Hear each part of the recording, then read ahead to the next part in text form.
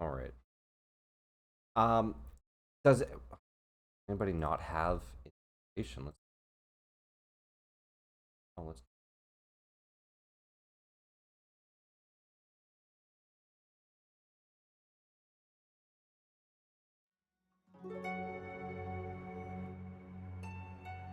All right. Let's take a quick look. Who does not have inspiration from last week that can recap for Hawken? Wormwood doesn't.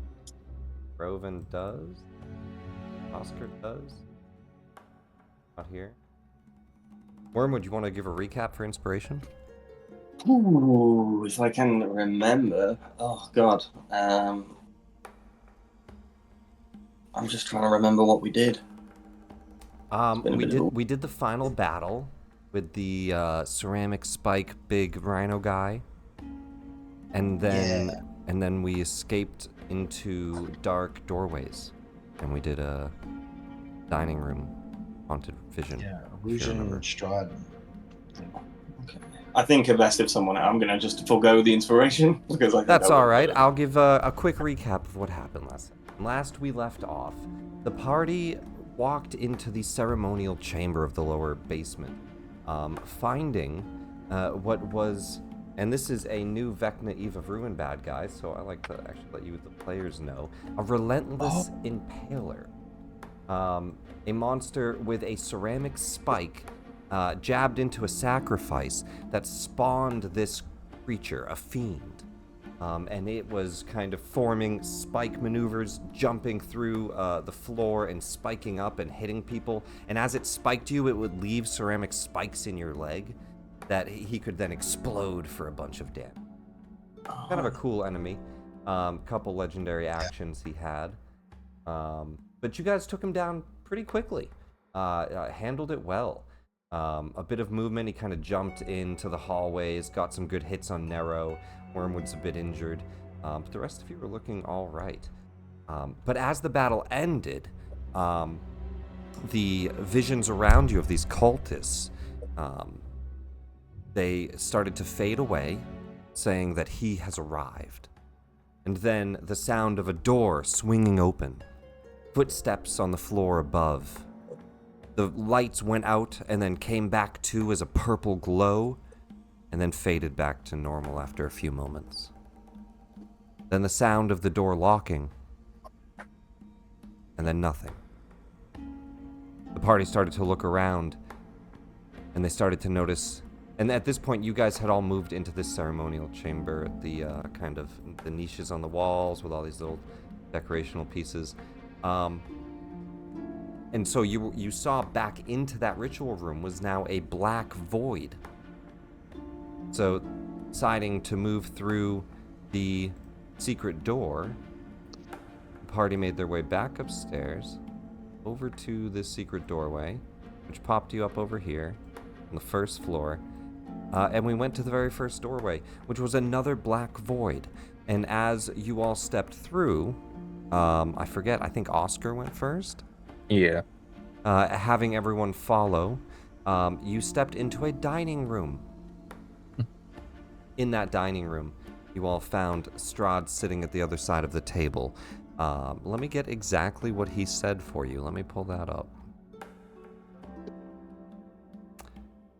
You stand at one end of an impossibly long wooden table, in the hall of a stone keep. Gilded plates, cutlery, and goblets of blood-red wine are set for each member of your party. At the other end of the table stands a tall, pale man. He wears regal red garb, and his raven hair comes to a prominent widow's peak. He smiles menacingly at you as he raises his goblet in a toast. Welcome, my guests. May you find the eternal hospitality of Strahd of Zarovich to your liking. Should at any point you wish to leave, simply find me and ask. He then did nothing else, and as the illusion was attacked or touched, or I don't remember exactly what you did, he moved into a form of a bunch of bats, flying into the air, swarming in the room. The bats then started to immediately bite at you. I believe detect magic or see invisibility, something like that was used. But the party saw a glowing, or found a magical item, or maybe it was just investigation. You found a Yeah, I magical think I item. did an arcana investigation. Yeah, in the center of the table, the goblet filled with red wine, blood red wine, seemed to actually be real. Everything else an illusion. And when the party drank from it, first they heard a deep, spooky laughter from Strahd, and then faded back into a chamber. Funny enough, we rolled to see where you all woke up. Hagen, since you weren't here, we decided you just woke up with the rest of the party. The three of them Okay. all rolled the same roll. You're all locked away in the jail cell. Let me find this. Oh boy. There is... Where is the exit? There's a list. Let me find the table. The characters are shackled to the wall in the prison, each character in a different alcove.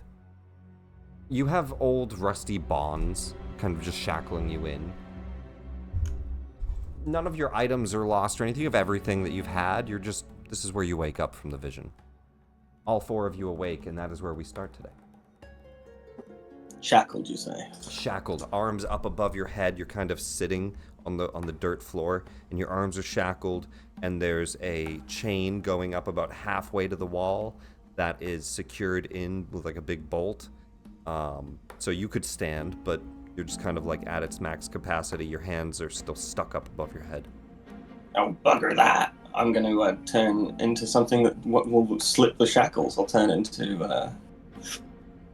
Does it a require little somatic components? wild shape, I don't think. Don't know. Double check for me. You can use your action to magically assume the shape of the beast you have seen before. Doesn't say anything about verbal somatic material. No, No, you can just use can this do it. Very cool. Gain uses when you finish long rest. It's just use. You just use it. Easy enough. So yeah, what do you turn into?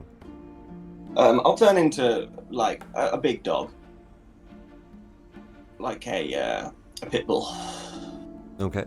As you turn into a pit bull, a very weird position for a pit bull to be in to start, but your hands quickly flop out of the shackles. No hands to hold yourself stuck in there. The paws slip free. You kind of fall to the ground and right yourself back up. I bark. What about everybody else? Does anybody else try to get out of their shackles? I'll just try and break him with athletics, right? You could do an athletics check, yeah. Try to rip out of them. 16's good enough. I'll try to Misty Step. Misty Step could work as well. Yeah, as long as it doesn't verbal. matter if you're restrained. Just verbal, yeah. Easily enough. You blink out of your shackles, Hagen. And Oscar at the same time shatters out of his. The metal shatters to the ground. It's actually only a DC 10. You find that they're actually pretty easy to break. They are rusty and old. Where's Roven? Roven, technically, don't think we know. Roven, were you, I'm trying to remember last session, were you here for last session or no? No, I wasn't. I was going to be talking to our... Yeah, so you were New upstairs vampire talking to the friend. vampire. Oh yeah, that's right. We left him Roven, interrogate. I'm gonna say you're in this hall as the house goes black. And or not black, purple light, and then flickers back on. And then this doorway to your south is a black void. I think some of the other doors are too. Let me double check.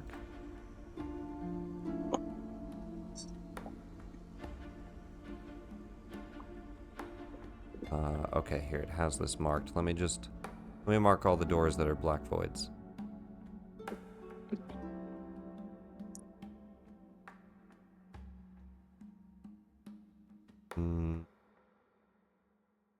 Wait, that's the only door around you that is a black void. That's actually kind of good. Second floor.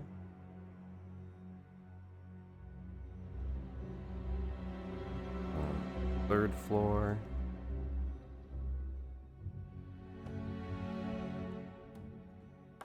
4th floor. Attic door. I think. Let me check my. In the basement, there's not a lot of doorways. Just that door there, and then up here. Up here after the table. Well, we have this that we set up before we. I set up Rary's telepathic bond with all of us and Rovin. Oh, perfect. So, and you can communicate any distance, so we can talk to him. So Rovin, well, all of you can have this telepathic bond. You are able to hear them through that. They're just down in the basement. You have been in the hall interrogating that vampire spawn that you knocked out, or at least waiting for him to wake up, which... Let me roll a d4. Okay, 1 hour. He's like starting to shake awake. That's where you left off, upstairs in the main hall. I think we sent like a cultist to him too that we caught or something. That's right, we did, didn't we?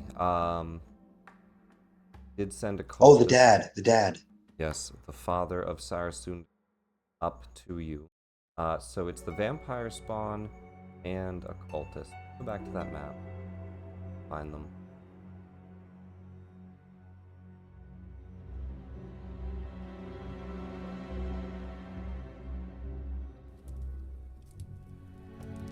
The rest of the party, Rovin, they went into the basement through a hatch on the 1st floor.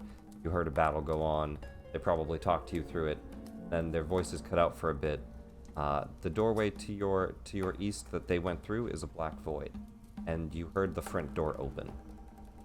You have a cultist and the vampire spawn that you were waiting to interrogate with you. What would you be doing, Rovin? Hear the front door open. Well, I'm sure that's all good. Oh, hey, you're awake. And there's also a cultist with you. Let me put him out here. Who's at 1 HP, I believe. Oh, how did I not notice him? And so they actually aren't awake yet. But you hear literally the door to your south open up. It clicks, the lights flicker purple. You have 2 unconscious bodies you've been watching. He takes both immediately and goes through the void, assuming the worst. Steps into the void door. Yeah, that's never gone wrong. He takes one or the both of them with him. Okay. If he can. You try to go through the void, which is the way your party went, but is now a strange door. You see magical darkness. As you step through, everything falls eerily silent. You step out of which... Go ahead and roll a d6.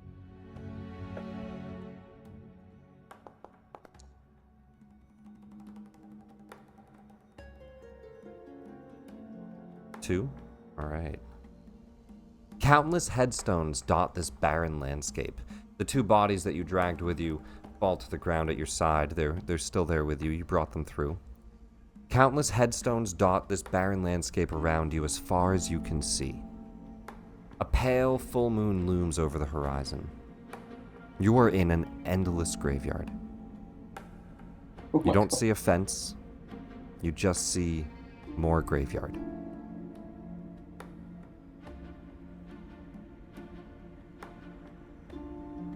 What do you do? And there's no door behind me? You look back through the door you just stepped through. Nothing.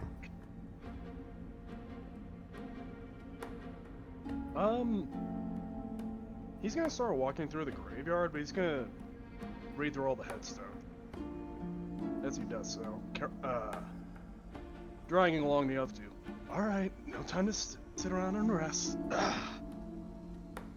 You start dragging the corpses behind, well, not corpses, the unconscious people behind you. Possibly like tying some rope or something to them just to make it easier. Carrying 2 bodies, not an easy task.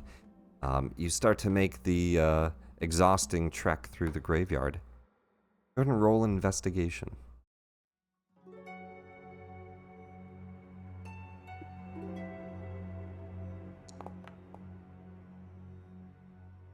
Great start.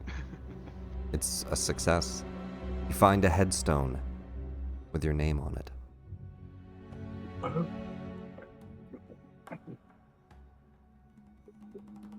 Now, how did they know my full name? He doesn't know what to make of it. He sits down and observes it for a little bit. Okay. This has got to be a trap, right? Right, guys? He knows they can't respond. Yeah, you try to use that telepathic bond you were just using before stepping into here. You don't hear any reply back.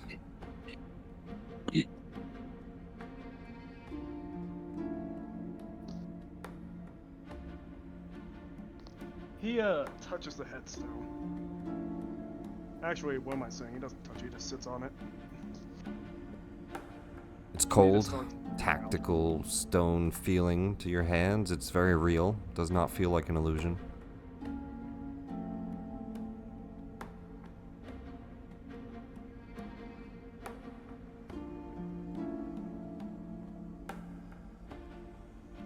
There's a bit of moss growing on the top of it as if it's been there for a while. It's not a dug up grave either. There is a mound of dirt. Something's been buried here.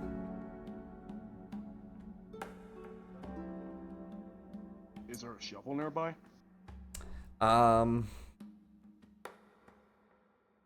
You have a shovel? No, not on him. Do you have any toolkit? I have thieves' tools. Oh, I don't imagine that would help. I have all the rock pieces. Oh, no. We gave those to Hagen. Oh, you did? Yeah. Alright. Oh yeah, just because you weren't here, we wanted to have them in the party. Yeah, Because that they makes were sense. going down to find the next rod piece. You start to dig with a dagger? He digs with his hands. With your hands? Roll me athletics. DC 15.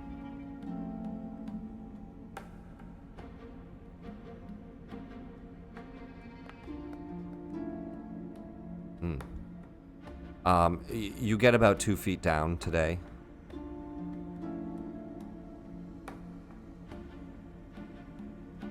The sun starts to set. It's always kind of a perpetual night here in Barovia, and you know that. But beyond the clouds, there's the dim outlines of a sun in the distance. That sets and darkness starts to fall in. A thick fog settles over the graveyard. We'll come back to you. The rest of the party, no answer from Rovan, Rory's telepathic bond, but the 4 of you find each other in these different chambers. You can help break Nero out as well. Of course, follow with the party. 4 of you do. I'll keep Nero moving along with you.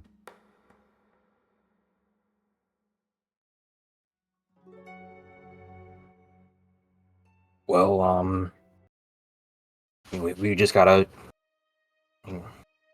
keep moving, I guess. We gotta get back upstairs where Rovan is. Hagen, do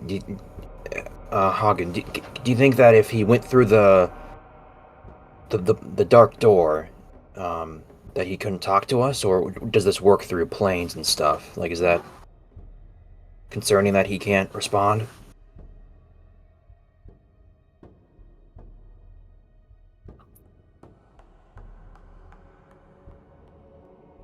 Hagen? I should have checked what-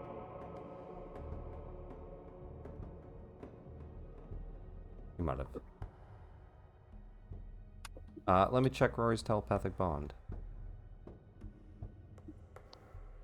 Walking back, sorry, Makes the me front door. possible over. You're good. It can't extend to other planes. No. Oscar asked why you think Rovan might have stopped responding through the telepathic bond. He stopped answering after the door opened. All showed up here. Did he tell us he was moving? Do we know that? Yeah, so Rovan was trying to make his way down to you all, and then he stopped replying. Hunch being when we go through those black portals, they're sending us to strange places. And he's elsewhere. Well, then we should get back up there and I guess go to wherever he is because probably dangerous. And I guess you don't know Rovan like I do, but he does silly things sometimes. Somehow he hasn't died yet, but we should probably just assure that he doesn't die. I'm gonna try and follow Roven's scent back to where we were. Okay, you're still a pitbull, right? Yeah. We're So I'll back go up where we ahead. started, basically. Yeah.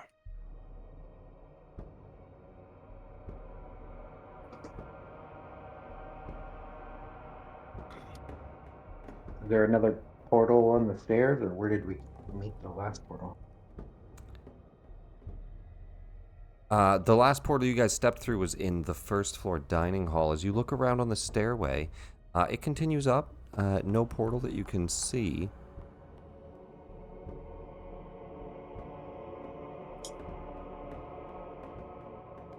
And then this goes up to here. So if you go up these stairs, they take you to here. Okay.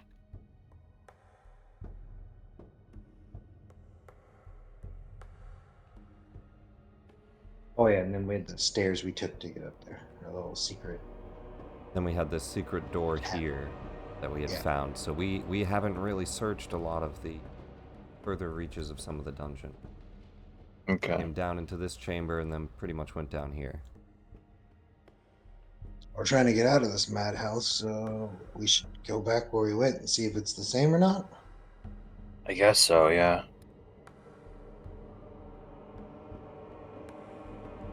You all try to move back to the living room.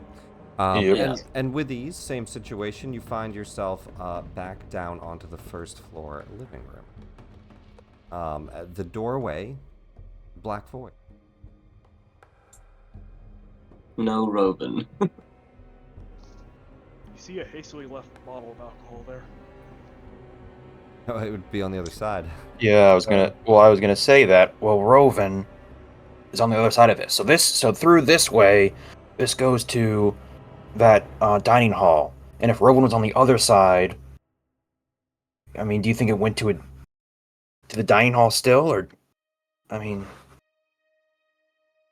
He went through the same portal, didn't he? Roven, you there still? He's still. We don't hear him, right? No answer from Rovan at the moment. and okay. So should we just go through, like, again? The dog, Either the that dog or I'm looking at the Wim- fireplace. And I'm like, I could maybe shape that fireplace. Maybe it makes an opening to get us out. But without him, do we want to leave? Well, no, we I don't wimp- want. Sorry, go ahead. The dog whimpers in disagreement. Like, no, we don't. In the negative, I should say. Love that dog. Well, Yeah, let's no. continue this insanity then and do the same thing we did before. Okay. You step into the same doorway? Yeah. You all step into a doorway together. Dubs follows behind, so it's the four of you, but we'll put him in the back burner for now. He's with you all for anything the three of you do. But I'm not going to damage him or have any rolls for him. He'll just succeed or move along with you at the same pace.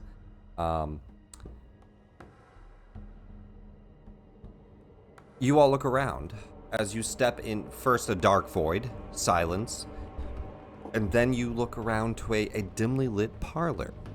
You're seated in an ornate chair at the edge of the parlor. 8 ghostly figures sit in identical chairs to either side of you. At the parlor's far end, A pale man at a harpsichord slowly plinks out a haunting elegy. The ghostly figure listens to the song with rapt attention. All of the ones sitting next to you. They are moving specters from the looks of it. Actually there, listening in with you. So we'll say you guys are kind of, the three of you are in random seats. Around you are a total of 6 other folk, specters, watching this song. I'm sorry, 8 folks around you. 8 ghastly figures sitting around you, the edge of the parlor edge. What do you all do? Anybody recognize this room? Do we recognize this room? Or I guess.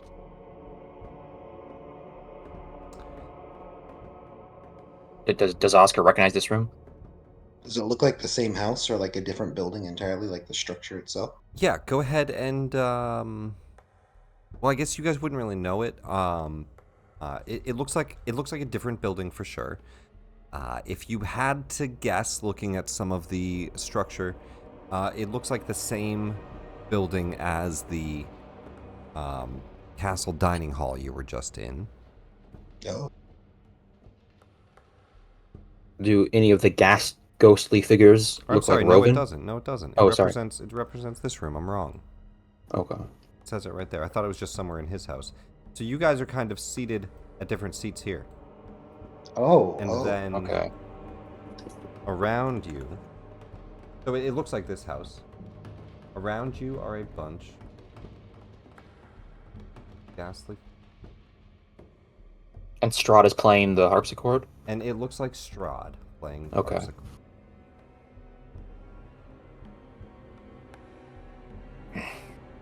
I think Dog Wormwood would probably just get out of the chair, which he's sitting in a rather undignified position yet again. He's gonna go up to Oscar and kind of like bark at the specters with his back to Oscar, kind of As like you do attack that, dogs. Strahd turns, he scowls at you. He then ceases to appear. He disappears completely from your vision. All of the specters fly into the air. Everyone roll initiative. Hey. I mean, woof. You got this, guys. Beat their ass. They were enraptured attention. You weren't supposed to move. A dog.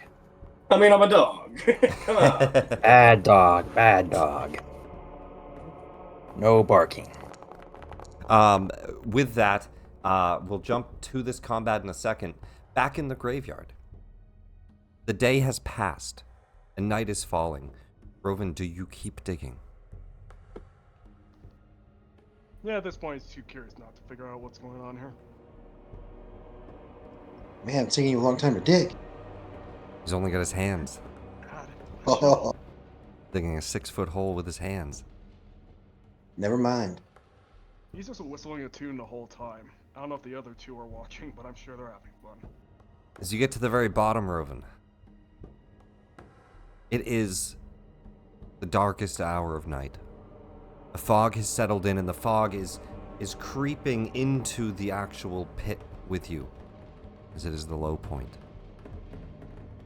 And you can see you've just started to clear away, slightly worn from being buried for, you'd have to guess, at a minimum a year, if not longer, an ornate wooden coffin. Looks hand-carved, sealed, kind of a mahogany wood.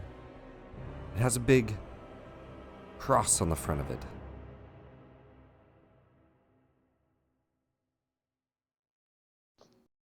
What's that?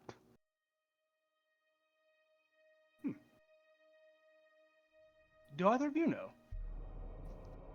He just pops his head over the top of the... wherever he started.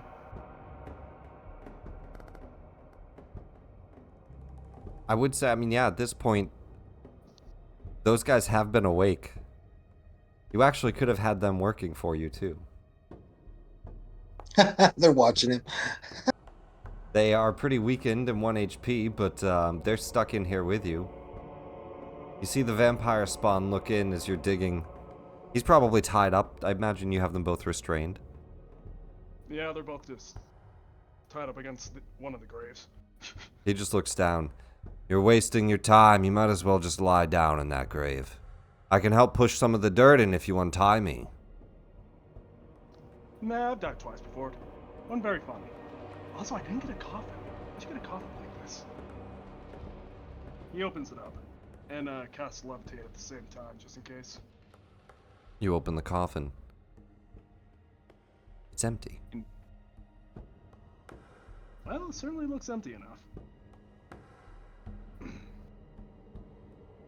Huh.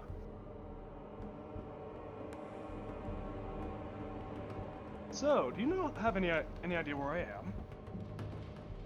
Well, where we are. The cultist looks down and he pulls his hood back, and you can see well, I guess his hood's already pulled back. His hands are tied up. He's got like an old graying face, the human. He just shouts down. It's probably one of the visions from the Dreadlord. We were warned this land could be dangerous.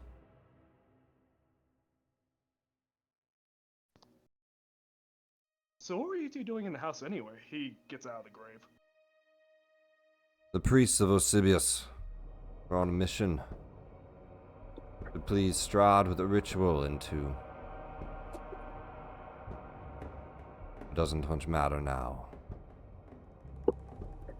Either we succeeded, and the ritual has completed. I think it has, based off Strahd's presence. Or it failed, and your allies are somewhere, possibly stuck in a vision like this.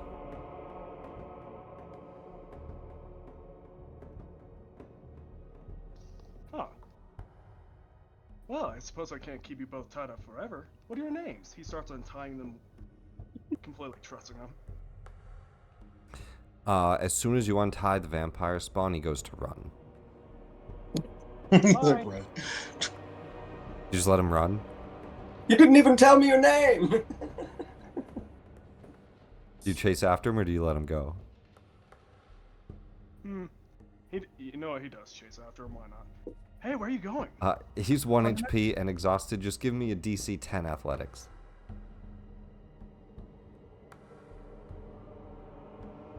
You just don't roll a 2 or a 1.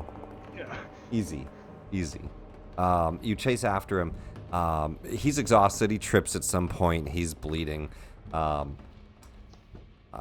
You get him back. He just looks and says, "What is the point? Let me go."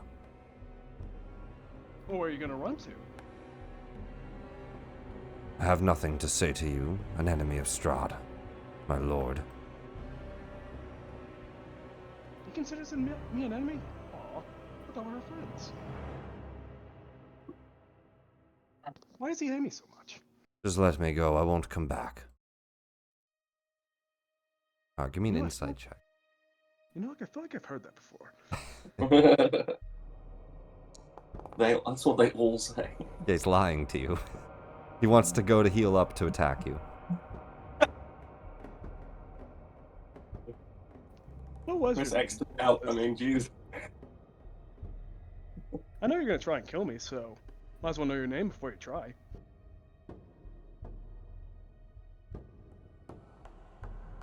My name's Rovan.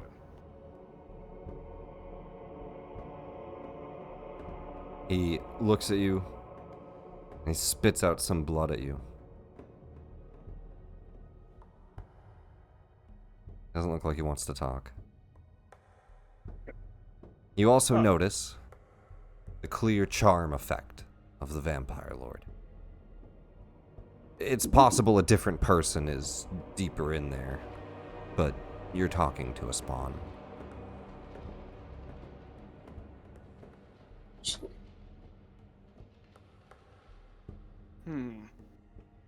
Not just a spawn, but one that was sent to kill you. Reasonable. Um, how to approach this? Oh, it's not. It's a pleasure to meet you. He spits back into space. Yeah. I can tell you that interaction will go nowhere. You can argue with him. What do you do? He moves around to the cultist for a minute. So what's his deal? And the party would have informed you some things about him. It's the father of Sarasundra, the woman you dueled. Or whoever dueled. Narrow dueled? Yeah, narrow. Narrow dueled. She told you he was one of the cultists in here, and that they were performing a ritual. He doesn't seem to want to shed much more light on the ritual or his purpose than that. But you at least kind of know what he was. Do you at least like alcohol? Yes. He hands him over a bottle. Well, why don't you try and figure out a way to end me for your master? Why don't we go on a quick jaunt and see what else is about the place? My master is not Strahd, but we came here to worship him. A priest of Osibius. Sidious. Well, maybe you can tell me more about him on the walk.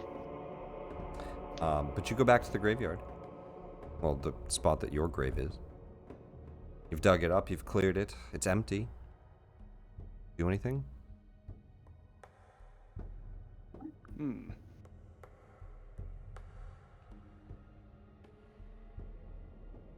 So, do you have any idea what this could mean for me?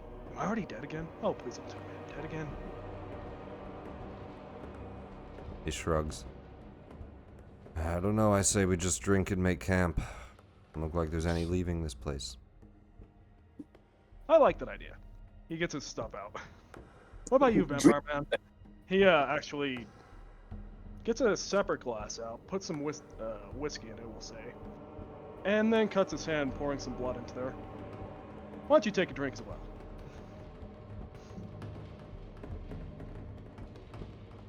You see, he at first kind of refuses it until he gets that scent of the blood, and you can tell he's kind of licking his lips, watching it add to the whiskey. He very rejectedly takes the cup, starts to drink. You notice the taste of blood helping his rejuvenation. His wounds start to close. Thank you. No problem. I'm sure you would do the same for me. He puts in the first peg in a tent. Camp. Back in the music hall. The harpsichord stops sounding as Strahd scowls at the dog. And then disappears. Specters emerging and attacking. I think, honestly, just because it's probably not worth having this many specters, we're going to take the mid initiative for them. Just do one initiative. I just don't I don't want to go through 8 different initiatives and slow it down. It'll be quicker this way. Oscar, top of the round, you'll be first to act. All right.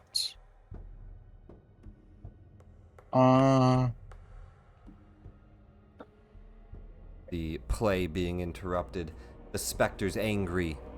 They're clearly about to attack as they kind of just fly into the air and look agitated. Okay.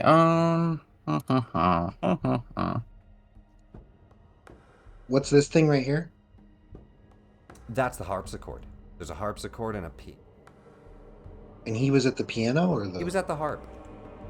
Oh, Yeah, I think actually that is a harpsichord down there. I don't know. That's just a standing That's harp. a harp, right? What is a harpsichord? Yeah, that's a standing harp. A harpsichord is a keyed harp. Okay. So it has strings in it and Oh, it has yeah. keys. No, you got me. You got me. He was there at the piano harp. That is, you know, as far as my eyes see, that's a piano. But you're right. The musician is correct. It's just a smaller piano. They were popular because they like more portable Easier and stuff. to the house. Yeah, exactly. In the 20 1800s. well, jumping back to it, Oscar, you're up. First thing you do, Maul comes out. You swing it towards the specter next to you.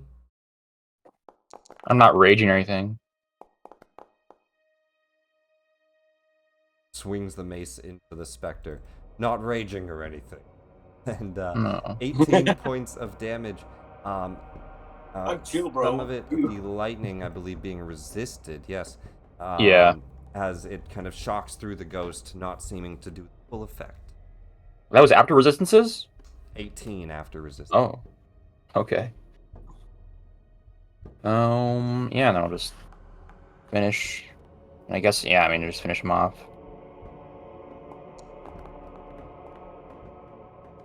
Advantage. These are reckless, right? Yes, yeah, reckless attack. Advantage giving you that hit. 28 will hit. 24 points of damage. Easily finishes off the specter. 2 quick swings with the maul. Crashes into the wall as it breaks through the specter, breaking into small, pixelized little ghost strands before it disappears. Alright.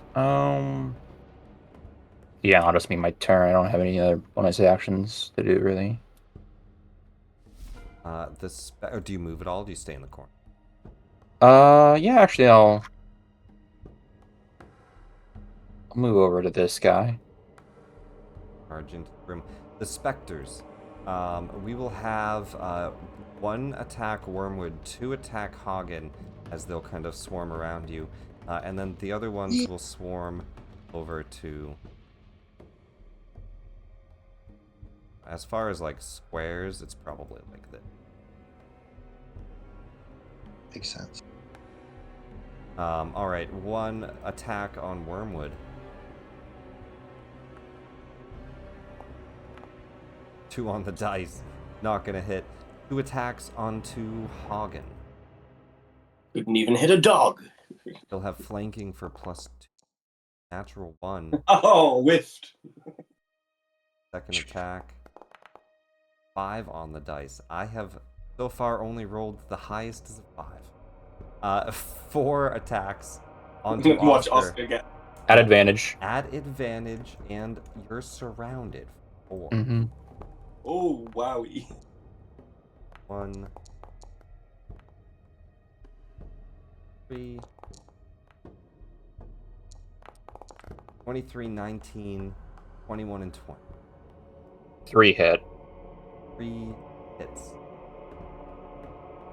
I need 3 separate Constitution saving throws. Only 10. 1.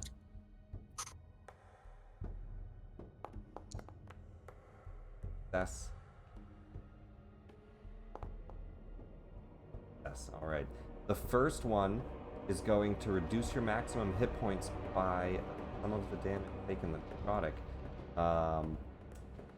Other 2 are just damage.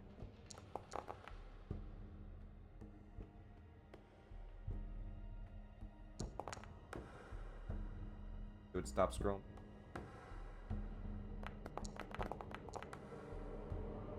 Uh, 12 points, and you only take 6 of it. Yep. So 6 points to your max health. And then 13 for 6, 13 for 6. So 6 points reduced from you. So you have a boost of 12 that just goes down to a boost of 6. Alright. Okay. Thank you. That's the specters swarming around Oscar, arms just piercing through his armor, reaching into his spirit and attacking his soul directly. Necrotic damage leaving these kind of like strange ghostly wounds, black ooze coming out your eyes and as the damage is applied, but really only barely injuring you as your healthy Goliath and the meager ghost. Wormwood, your turn. Not a lot I can do in dog form, so I think I'll probably dismiss that. You Pop can into my. bite, but I don't. I think do your wild shapes count as magical? Let me see. Probably do more in think- Wormwood form, but your call. I think that's just Moon Druid. Moon Druid, yeah, I'm okay, pretty so sure. then it would not do much to a ghost. So yeah. Just let's see if there's any passive things I can use in wild shape. Oh yeah. You can bark. Also, Roman, Okay, I can also. this combat will take like at least a little bit break. This is a good time for you. Jump right back to you after it. Go ahead, Wormwood. What do you do? I would like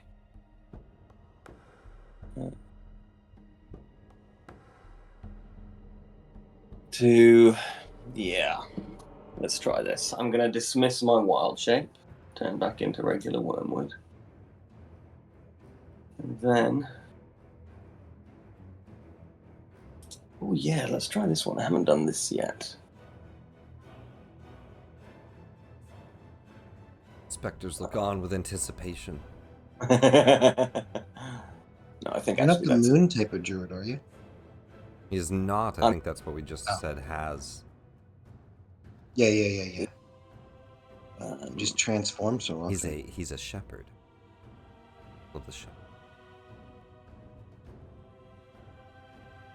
Yeah, let's try one of these. Let's see if I can get it in a nice spot. Fairy fire. 20-foot cube. I mean, I think, like, it seems Oscar's taking disadvantage anyway. It's of your choice. It's of your choice. Oh no, that's the Oh, color. right. Oh, that's is the it? color. No, it's the color that says your choice. Sorry. Any creature in the air. Yeah. It's a that's deck what I'm save. thinking. He's good at saves. Yeah, okay, right, let's try it there then. Paladin saves. I sort of slam the butt of my staff into the stone floor, or whatever floor it is, might be wood. And, like, a bunch of sort of amorphous fey spirits kind of start, like, spraying out of the end. Right. 3 of them fail. 3. How did it roll? 2 succeed. And Oscar. So 3 fail. Top to bottom, left to right. First one, and then second and third. Very. What color light? Blue, green, violet. I think green, yeah.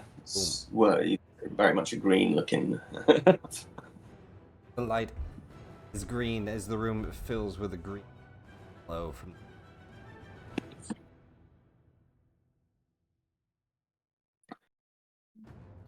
I'm not going to try and move. But hopefully that gives Oscar some extra beef. Hoggins, your turn.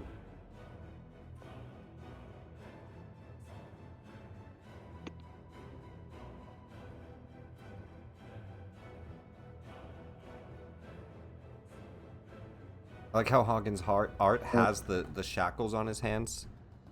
Like he's still got them. No, like he just broke the chains. The shackles are That's still true. there.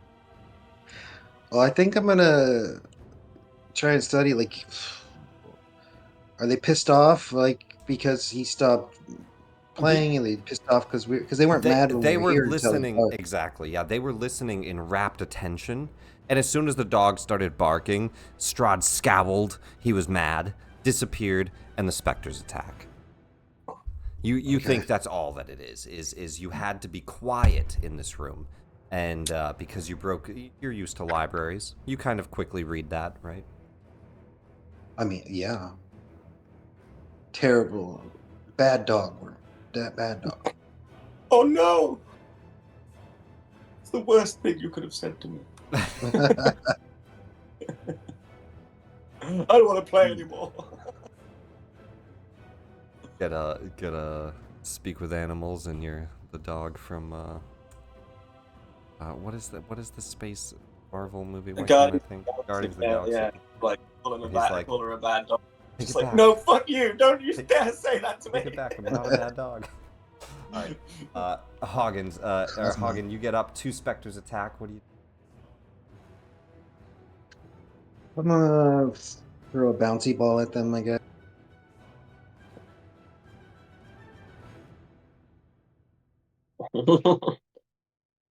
Ranged attacks will be at this right up on you. I think I have the spell. Warcaster? I'm not sure. No, the other one. Which one? Sharpshooter? Gets rid of it. Yeah, Well, no, not sharpshooter's the for magical melee, right? Yes. spell sniper. Spell sniper. Hell Sniper. Yeah, Oh spell yeah. sniper. Yeah. Oh, Being within 5 feet doesn't impose disadvantage. That's awesome. Oh yeah. I was gonna be a tanky wizard, so I need to make sure it wasn't playing with disadvantage all the time. Very cool. Okay. Chromatic bouncy orb. Yeah. And you get to choose the type of damage here once we have the... Go ahead and roll the attack roll in the chat. Uh,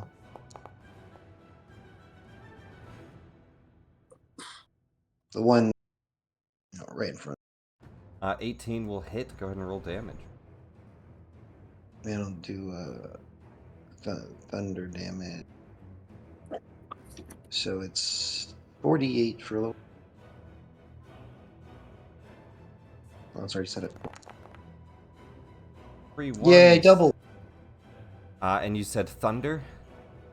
Yeah, You find them resistant, taking great. 5 points of damage. And then because I rolled doubles, it leaps to a different target. Yeah. So the one right to my. That'll hit. Come on, bouncy ball. Are you able to change the type between anything like that? I don't know. I was just reading. You hurl an orb of energy at a target with range. No, it bounces. So I'm Just gonna bounces, say, so it's the same. yeah, Okay. 4d8 double fours. yeah. So that one gets hit, and that'll hit the one It on the other side. bounces, and that was, yeah, 6 points of damage. It bounces again. 17 hits. Mm.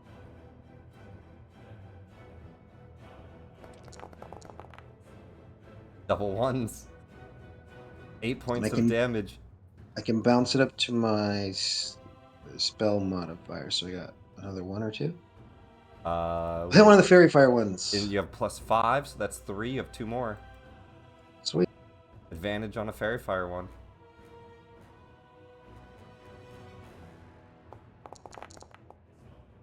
That'll hit. Can we bounce? I've not seen this before. What is this bouncy ball? I thought it Chromatic was orb. flavor. But is that a Double thing that it eights. does? Wait, They wait, wait. changed What level? chromatic orb. What level do you cast it at? You can cast it at first. It's just I did second, so I get more dice because any doubles bounces it. Yeah, but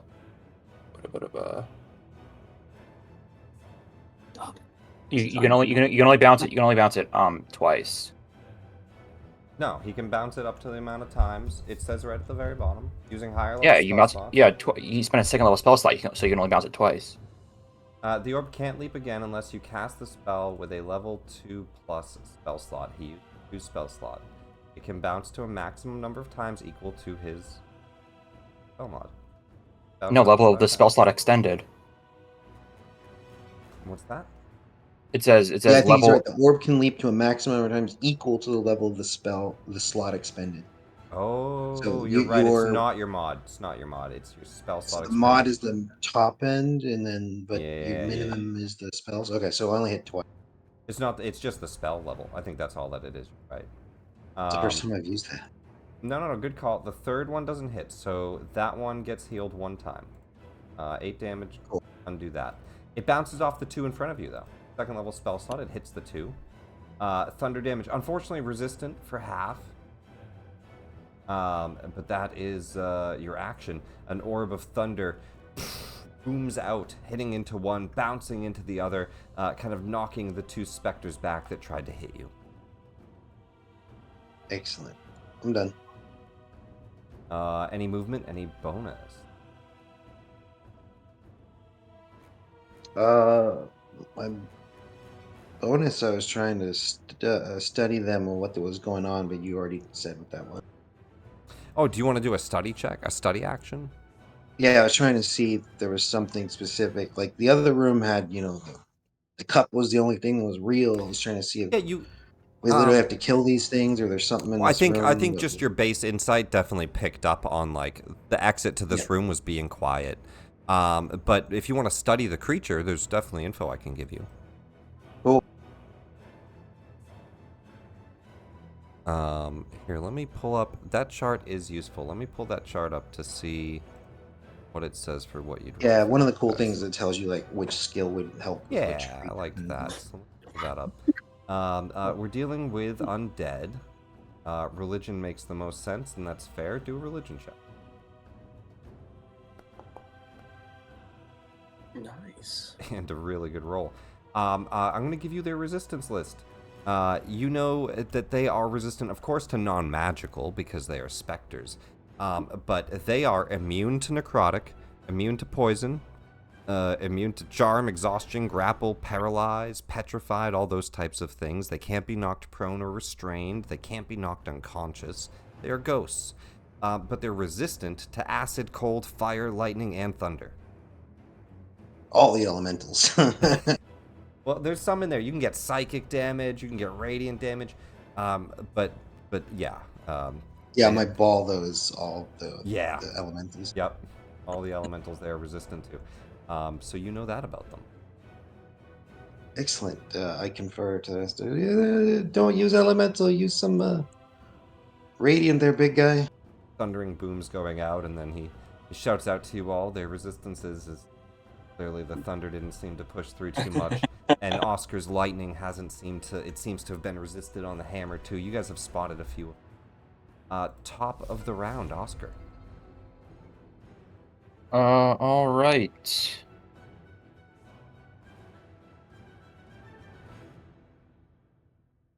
I'm gonna recklessly attack that guy.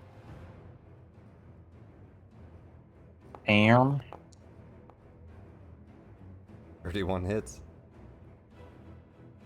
Well, you don't have. These are all fairy fired. Ooh. If you didn't want to. Oh yeah, so I won't recklessly attack this guy.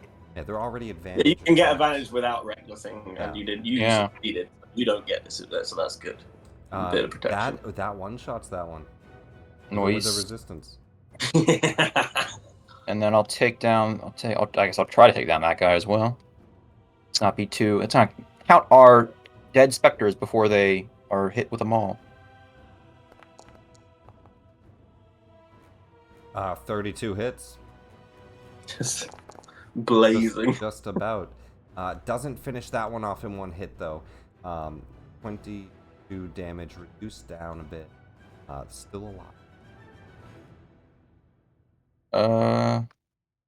And that will be my turn, really, because I don't got nothing for a bonus action. All right, and staying where you're at. The specters go.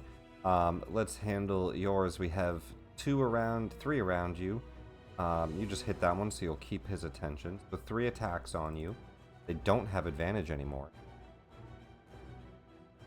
You have +2 flanking.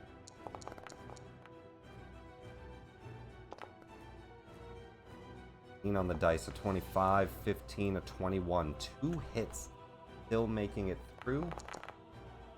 On save. What, 1 and 1?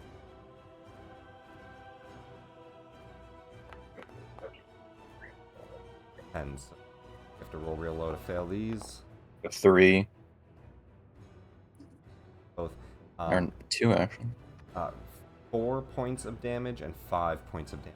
Are resist product damage attacks.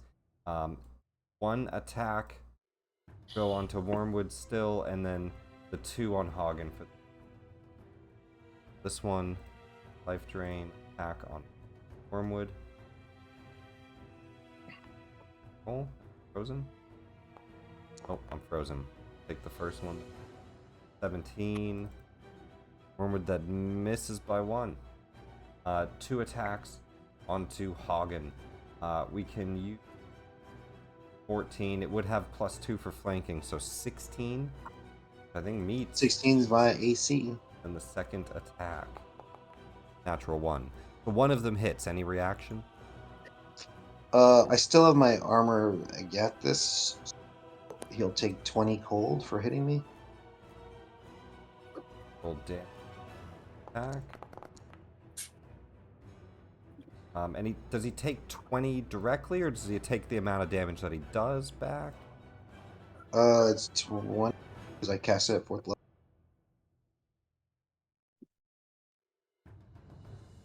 The creature takes damage. Spell ends early if you have no time. Okay, very cool. So 20 points of damage for hitting you. And cold damage. 9 Yeah. points of necrotic, and I need a con save from you. Meep. The paladin's too far. Guys, let me know if the Discord voice cuts out at all too. Somebody's downloading stuff and said that it might get choppy. 9 actually fails by 1. Is Paladin too far? 5'10" diagonal. I actually think he's within range. Oh yeah, it The just map is it's incorrect, really squares. but the squares would be the 5 feet squares. Yay, paladin save me. Paladin saves you. That bonus will buff yours high enough that will make it so you do not lose health by the night. I did. Yeah. Temp, and then he takes 20 cold. One on your right. He is resistant. Takes 10 cold. That's all the specters. Wormwood. I think nothing complicated. Wait. Back one step. The 17 Okay. does hit you, Wormwood, because you are being flanked by this one as well. Yep, that's fair. That's 19. I was wrong. So 19 hits you, I believe. It does. Alright, any reaction from you? No, nothing I can really react with. Here's the damage. I need a con save. No problem. 12 points of necrotic. Am I still blessed for some reason? Should I be? No, blessed has. Yeah, because I think Oscar is as well, I think. No, he's not. Yeah, my concentration on bless is gone. That was way was before. less than that, but still, I think. Easily good makes a 10. It's 10, you rolled an 11 on the dice. You take 12 points of damage, brings you under half, but that is their hit, and back to your... Yeah, I just sort of pull my staff up from where I bashed it into the ground to like release the fairy fire, and then you see the end charging up as I. You are concentrating on fairy fire, so concentration check. Oh, was that not what that? No, that was for the necrotic. That was for the life drain. Yes, Yeah, the life drain. All right, good to go. Do I not have Warcaster? That should have been an advantage. Either way, it makes sense. Just surprised. Maybe I don't. I don't think Warcaster would force advantage. You have to roll that yourself. Oh, okay. I will remember that. Yeah, so I'm still good for Fairy Fire, but yeah, I charge up a Shillelagh, and then I'm going to bash this near-death one in front of them. Oh. With my staff. Staff of the Woodlands. No. I think I need like another staff, because Staff of the Woodlands only tries to roll the abilities. You want me to add just a quarterstaff? Yeah, What please. is Staff of the Woodlands? Is it +2? Yeah, it's a +2. I'll add a +2 quarterstaff to your... Yeah, I guess this happened every time. That's fine. You can just attack from the +2 quarterstaff. And it has some extra shillelagh stuff, and I'm not quite sure how to roll that. Does it? I don't think it rolls it like automatically. But it is an extra D8, I think. Let me try to cast Shillelagh. Yeah, the new one, it lets you drag the item into it. It's kind of cool. There it is. You place the item in the chat over there. Place item right, so here to enchant it. Quarterstaff to here. There you go. There we go. All right, cool. It's right, and with Shillelagh, so now just roll from the... Yeah, now it'll Sweet. put the wisdom stuff on it. Very nice. Nice. Still did a -1, so it's still using... Wait, why did it do -1? It's still using strength. Would it be using your strength?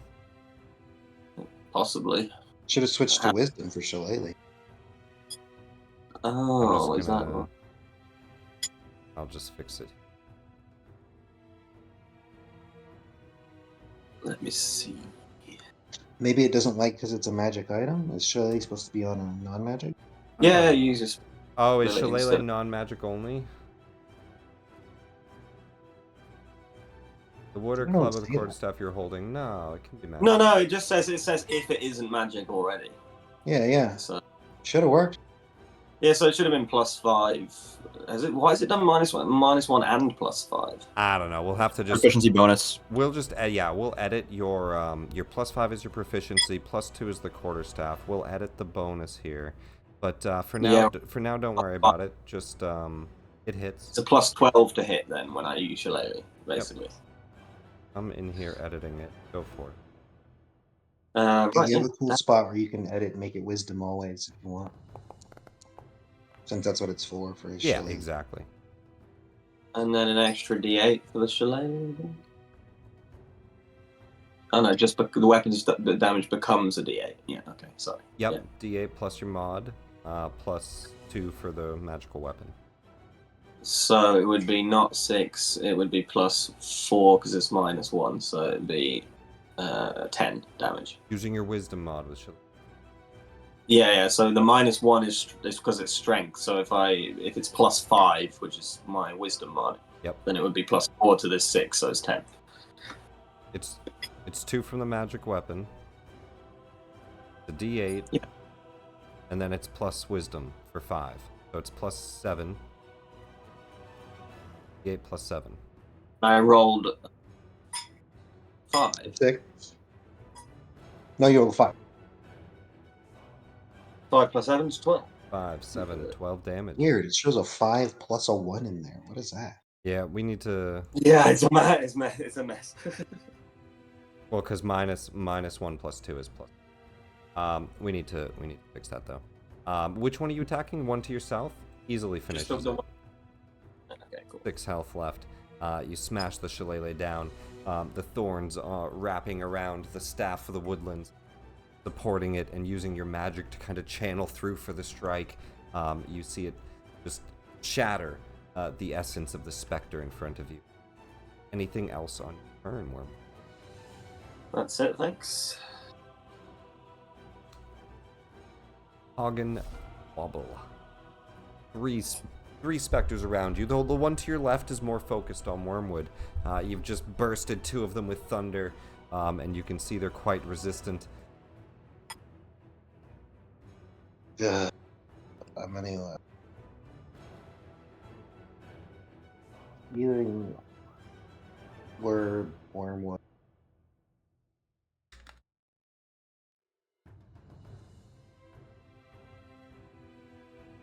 Where are you at? What was the question? Oh, I'm healing wording.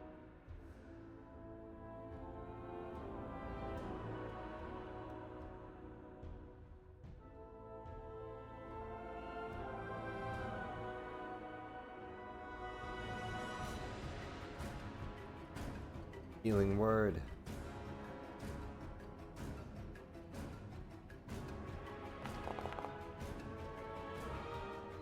What is Hagen's word when he heals with a healing word?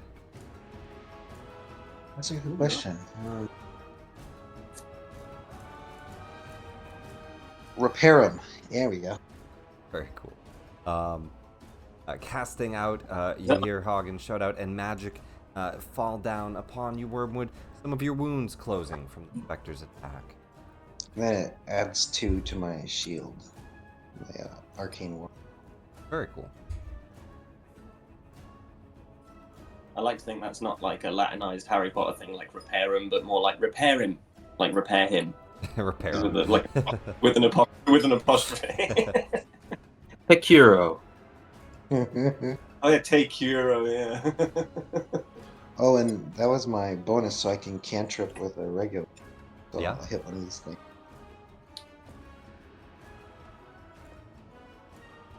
Hit the one to the south. Let's see. Do that now.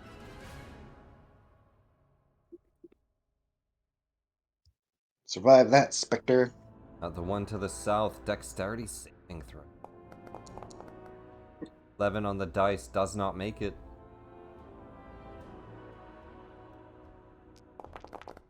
Take radiant damage. That will just light that specter up. a beam of light shining down. You all see kind of this glowing arcane ward around Hagen.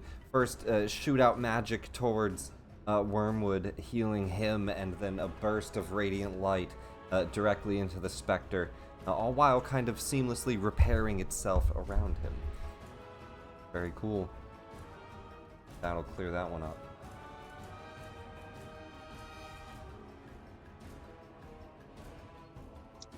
I think I'm done beyond that. I'm gonna stay right there.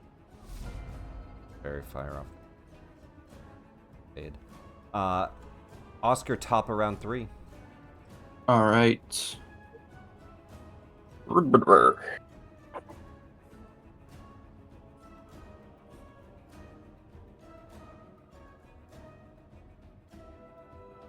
Let's try.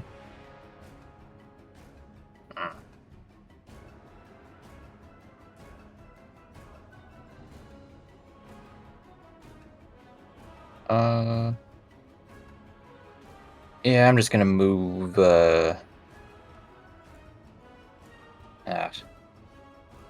I'm not gonna kill these guys in one hit. Stepping away from them will provoke op attacks. If that's Yes, how you- I know. Okay. I will. All right. Just try and go and kill this guy, and then go back there and kill them. 2 quick swings at you. Roll high when I attack you. Well, not the 3. 20, I think still misses though. Yep. No, No, that it. hits. Beats That it. hits. Beats it. It's Just a little bit of damage. Oof. He rolls kind of high. 15. 7 points of damage, possibly to your max. Give me a con save. DC 10. Bruh. On the dice. That goes against your max, bringing you down to -1. That's whack. wow. Barbarian's con is low. Only -1. But Yeah. it takes away all that buffed HP you had. That buffer zone's gone. Hits All by right. 1, and then I literally roll the one number I can. 1 or roll 2, to- yeah. 10% chance to fail it. 26 hits.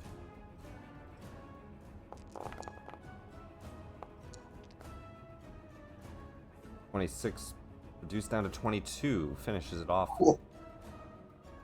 I could have killed that guy that hit me. Whatever. Just go back and kill him. Shoulda, woulda, coulda. Turn back around. The mace swings into that Spectre. 31 hits. Our barbarian Destroy paladin it. is absolutely a destroyer. 20 points of damage, reduced to 18, doesn't finish him, but badly wounds him. Yep. All And that's right. my turn. They got advantage on me. You got it. 2 specters will fly after you. Their reactions coming back, and then 2 advantage attacks on you. Flanking. 18 on the dice. 13 on the dice. 1 misses, 1 hits. Another con save for the reduction. Making it 15, reduced down to 7 point damage.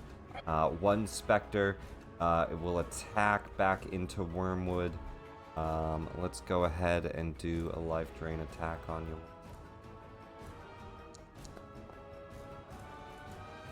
Missing, and as it misses and seeing its wound healed from Hagen's magic, this one does turn around and face you, Hagen. Oh, That's its turn. Wormwood, you're up. Oh, don't turn your back on me, you son of a bitch. I'm gonna smack him with my shillelagh.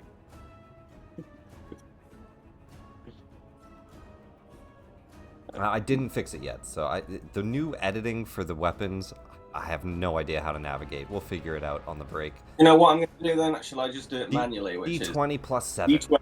Well, Or for 5. 7. No, I'm sorry. 5. 5, And 5, then and 2. proficiency, so 12. And then Yeah. damage is a D8 plus 7. Yeah, 1d20 plus 12. Easily hits. 29 And then a d8 plus plus 7. Not bad. 13 points of... and this would all be magical, so pure bludgeoning, 13 points of damage. right in the back of the head, or the base of the skull. if the well, it's not really a skull, but the bit that looks like a skull. Yeah, like you see the ghost skull like smash in, but then reform as it kind of comes back up. But you can tell you've certainly wounded its lifeline.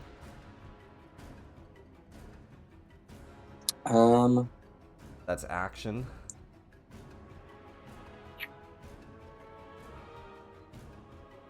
I think I would just strafe round to stand with my fellow diminuate. A small gotta stick together, you know. Create I a like bash him line. and come round, and I like hold up next to. You stumble back into the harp. You hear some of the strings play, but the three of you are shoulder to shoulder. Hagen, your turn. I will Sacred Flame the one next to me. See if we can finish him off with some reading. Sacred Flame. Go ahead and make a dex saving throw. 2 on the dice. Nice radiant damage. Is going to just eviscerate this one. 17 points of light shining down on that one. Spectre disappears. Ooh. I'm done. Very nice. The party starts to close in around them. Oscar, who left? All right, gonna attack this guy first. Try and see if I can get over damage or whatever. Don't you have swing through, Nick? Yes, you can cleave through a creature. So if you All hit right. if you hit enough to kill him, follow through damage can go through and kill the next. 24. It only does 21. It doesn't finish him off. Ah, 1 HP. Son of a bitch. God damn it. Got like alchemist fire or something I can just throw at them. Well, you have a second swing, right? Yeah, but I can't kill both of them. Well, you might as well use the second swing, though. Yes, I know, but if I can throw something, I don't know. I'll just hit that guy again. One of them might get one more attack off. All right, 30 hits. He's got 1 HP. You don't need to roll damage. Yeah. You He take that did. one out. He did. All right. Anything else on your turn? Nope. This specter will... You know what? It was Wormwood who was the dog. It'll fly up and strike at Wormwood. You interrupted his music. 7 on the dice. Doesn't make it. Wormwood, finish him off. Yeah, I get the sense this guy liked the music, so I lunge, pushing off of the harp and knocking it to the ground. It smashes and breaks. And then I just shillelagh in the process of doing that, my weapon glows, and I come like with it raised above my head to try and give a killing blow to this thing. Very nice. Let's see it. Final smash with the shillelagh. 10 on the dice. 22 hits. Even plus 7 is going to kill him. He has 4 health. You smash the shillelagh in, finishing off the final specter. Combat comes to him.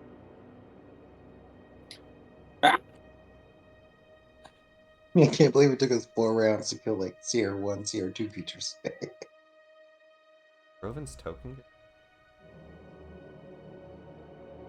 Huh?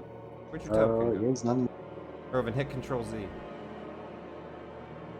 I'm going to look at Hagen and say, for someone who's never been in a fight, well, held your own, didn't you, lad? Oh, well, you read about it enough, and putting it into practice though. Did you practice on like dummies and things like that, or target practice? Some of the dangerous spells, yes. Well, good job. I pat him on the back, probably a little too hard, And I scratched my beard. I think it was about 50 years ago or so, last time I did combat training. Oh my God. Was that 15 healing to yourself, Oscar? I assume. Yeah. Okay. And how are you likely to live, may I ask? That's not too rude a question. Oh, dear. I spend quite a bit of effort to make sure I never die. That was part of my skill sets. He like that piques his interest, and he like sort of leans back and squints. And he says, "So how old are you exactly?" I'll be coming up my 200 name day in the next couple of years, I think. 2 centuries. And then on top of you living just for 2 centuries, you have backups to make sure you like, or you have like other ways to make sure you don't die. How long are you planning to live for, man? Forever. All right, does your soul not get degraded by that long of a infinite period on this plane? I've heard stories of wizards that tried to prolong their life through dark magics, and they're, well, hard to face up against. I think we may be trying to do that right now. Hey, I look around nervously. I guess so. So my expertise is in abjuration magic. It's technically specifically wards and shields and protective skill. And I dabble in conjuration. You think you can ward off death? Oh, indeed. In fact, I have one called Death Ward. With that, we'll jump right back to you guys. Back in the graveyard. Literally. I like that. Back in the graveyard. Roven, you have set up camp. A night passes. You take a level of exhaustion. You don't get a long rest. You wake up in that same graveyard, exhausted. And we are using the new exhaustion rules, in case you guys aren't familiar with what those are. I love. I'll pull those up for you and just share it. I think it's just like a -2 stacking. Oh, let me find it for you.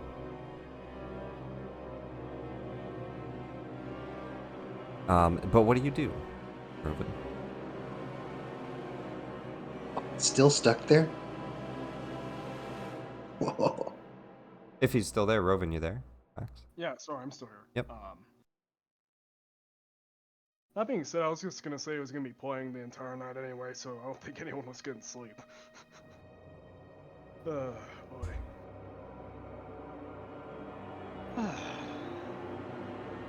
What should I play next? Something nice? Something haunting again?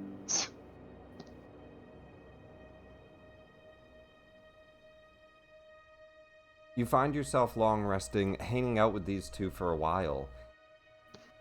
Nobody's coming, no monsters are attacking. You're just sitting there, feeling more and more tired. There's the new exhaustion. Speed slowly reduces, and you have a negative accumulating.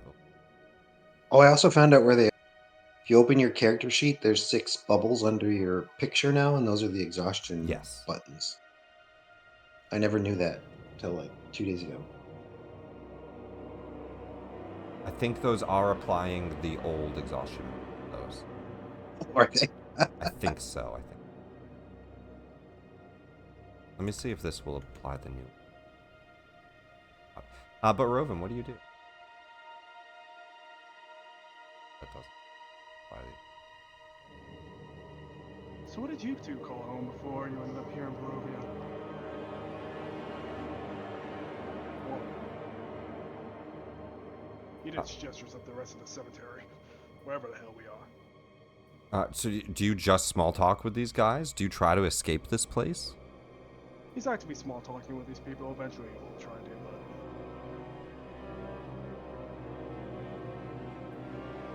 They've only got so much backstory I can make up for them. alright. I say that because there is a way to escape this place, Roven. And you do have to figure it out or you'll die to exhaustion. Yeah, he'll start, but before we do all that, maybe we can go on that walk. So, talking about. And so there, if you somehow break Kalis from Strahd's charm, you could probably talk to the real Kalis. That's the vampire spawn. As you talk to him now, he only regards you with distaste. He wants to find a way to kill you. It's quite obvious he hates you, and he is trying to kill you.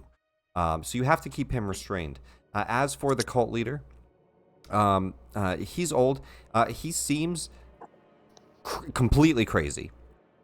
He shows you some of the tattoos on his body, and he tells you that he has wrapped people's souls into his skin. In any mention of his daughter or he does not care. He acts as if he doesn't know what you're talking about. And he doesn't share much about his cult information, but he will show you some of his creepy things. All right. That being said, let's see.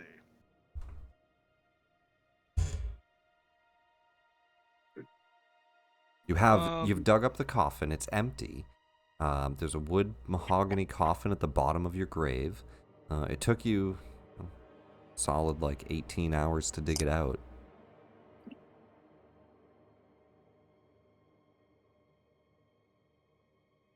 You've made camp. Sitting here, the sun has started to rise again, so there's a dim light filling the graveyard. Any attempt to find the edge? There is none.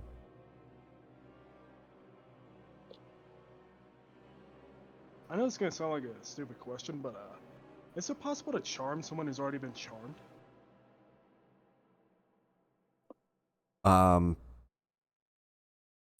Yes, I think, depending on who charmed them with what and all of that.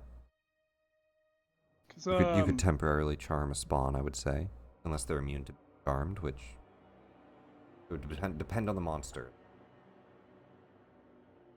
well, he does have enthralling performance, so he's gonna, and he would have been playing music pretty much all night, so not sure what else the other one would have been listening to. Maybe blocking out.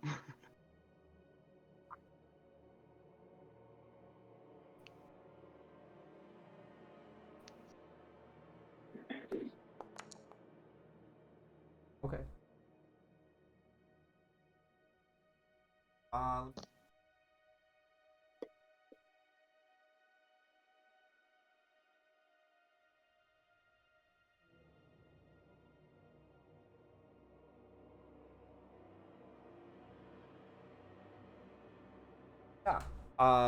So then with that, you give him a performance of at some point during the rest. That does seem to break him. How long does this last? An hour? About an hour, yeah. That does seem to break his consciousness for about an hour. And he looks and he says, well, how do you perform? What do you perform? What he would have heard at the end of all this, noticing that nothing was working and just kind of, I don't know if Rovin's actively aware he's using this, so at the end the violin would have just glowed a little brighter, and he would have been playing his what sounds like a lullaby. You kind of fall into this rhythm of the music. You find some of your fey magic slipping into the performance, and he seems to be fully raptured by it. He turns and... Song reminds me one my mother used to play, or hum. She wasn't much of a performer, but...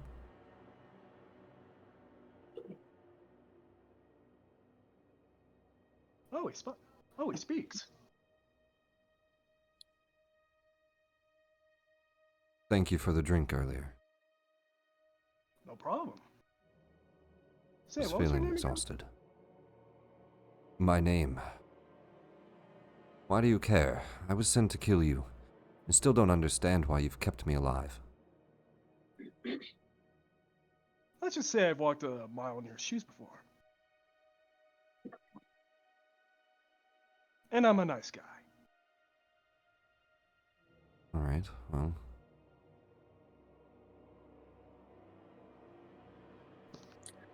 Well, my name is Kalis Storm. I was an adventurer like you. I used to live in Daggerford. I had a small farm next to it, at least. Spend most of my days in Daggerford. Until one time, a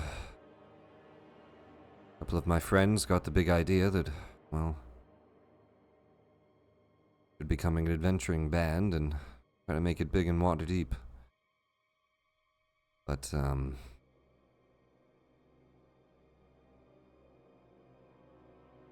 our very first journey, we headed into the woods just to practice, really. Just supposed to be some basic hunting.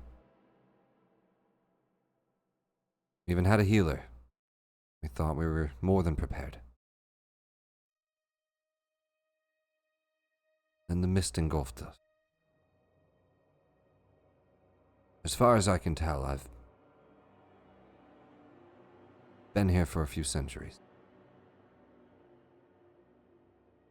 Anyone I knew or loved is long deceased.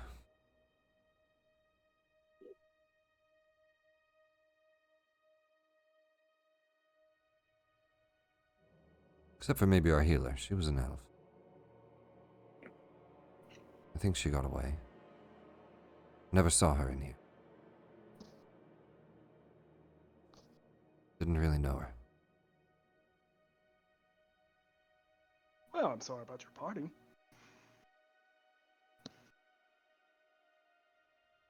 My friends are a little more... They're good people, they're violent. Like me. Not sure if you fully listen to the words you say, but... Right. I think I understand what you mean. So you've been here for centuries. How long have you been here, old man? The old man looks up. He's chewing on his toenails. And he just says, Time does not affect me anymore. I've given my life to Osibus. I simply need to drain your soul. When we get out of here, the other priests will help me. Yes. You will make for a fine sacrifice. That is not the first time I've heard that. So, if you're... He's about to call him by his name, Strahd by his name, but thinks better of it. Boss, how long has it been since I've been gone?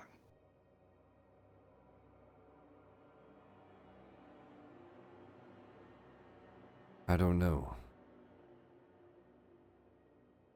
It's hard to tell time here.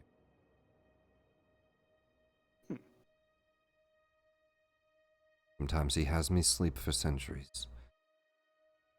Or decades at a time, and... I don't know. He uses me when he needs to.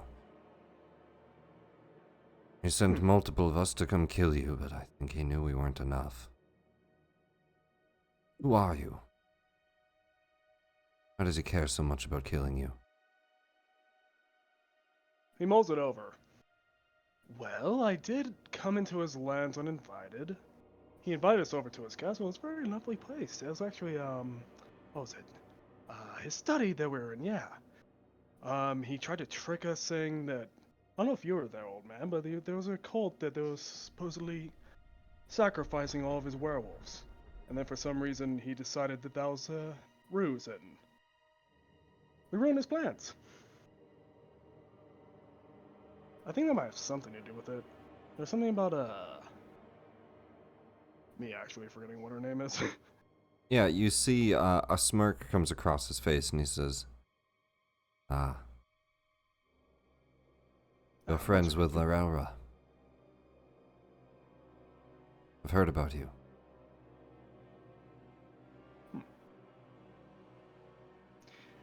Yeah, there was another old man with me. He was pretty cool. He knows how to carve wood. He pulls out his mask.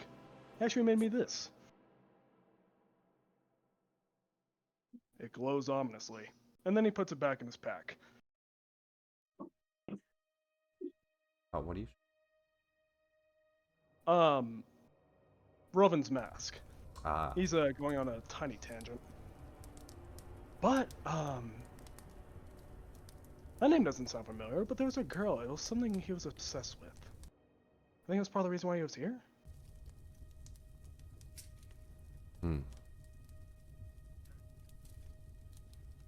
Yeah, we took her to some sort of church. I don't know if she's still there. She ended up being safe for a while. I think he was expecting us to lead her to him.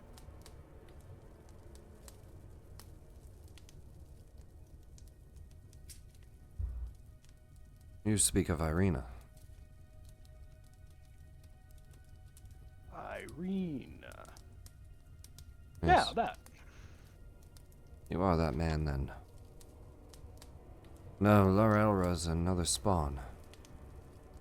He seemed dedicated to finding you. He was asking a lot of questions when we were sent on our mission. He specifically didn't send her, said he had other plans. Huh. So, are any of you aware of what's actually going on beyond the miss? And I'm not talking about the other car cast or any of that. He just shrugs. It doesn't much matter anymore. As I said, anyone out there,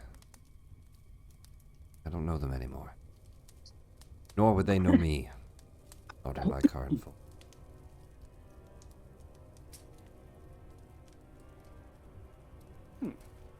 Well, you can always make new friends. He chats with you for a while. You find there's not much else you can really get out of him. The cultist is fully crazed. The day is starting to pass. What do you do?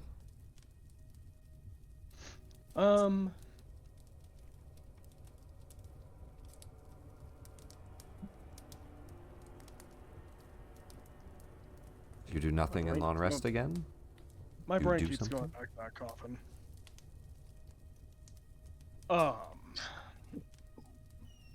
Gonna take a nap in the comfy zone? Sorry, I don't mean to decide so long on this. It's your vision. Your haunted zone to get out of. So, he goes back to his grave to see, looking at it one more time with the moss and everything. Hmm. Now, I'm not one for magic. I'm not sure whether you are either. But does this feel like a trap?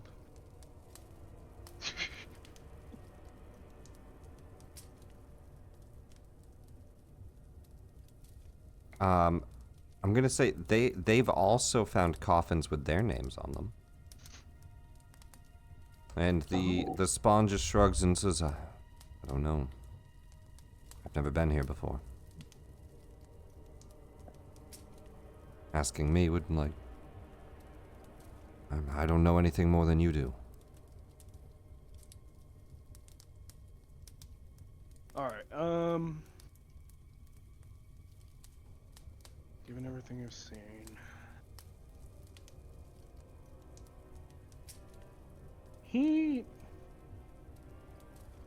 Well, if you found your graves, why don't we go dig them up as well? You dig up their graves as well. It'll take the portion of the day. Give me an investigation check, DC 15, to find a shovel to speed that up.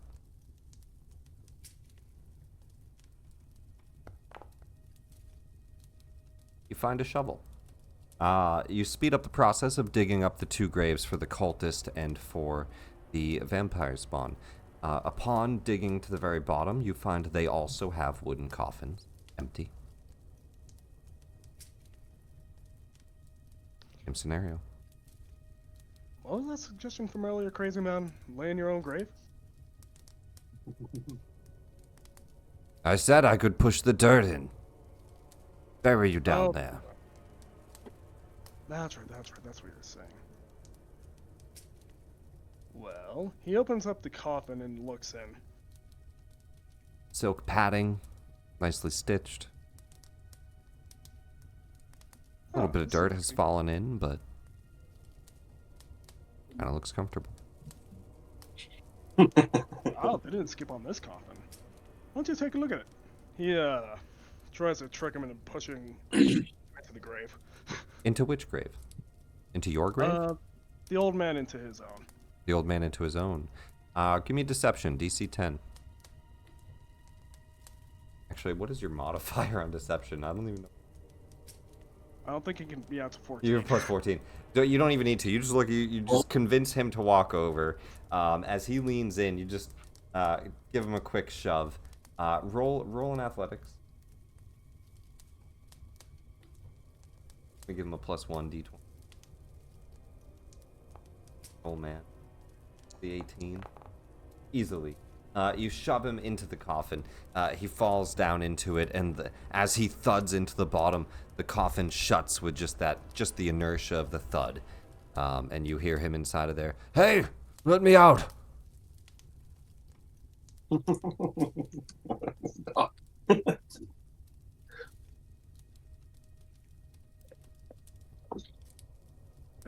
You go to let him out.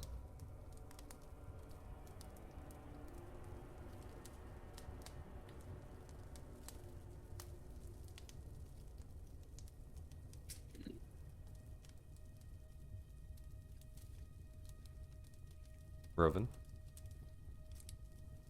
Sorry, I don't know why I didn't pick up. Yeah, he opens up the casket and just laughs. You open up the casket. There's no one there. Hey, we figured it out.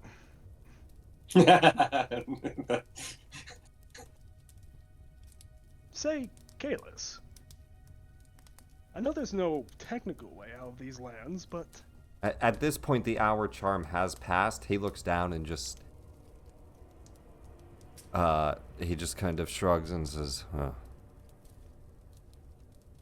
guess we go back to fighting then. Back to the house. And he walks over towards his casket and goes and lays down.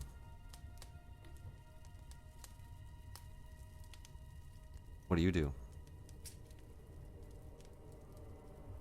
he gathers all of his things and gets ready to go into his grave again. And lay into your own grave? Maybe we'll meet again. You lay down onto the soft silk of your own casket. You pull the lid down. The casket falls to a pitch black darkness.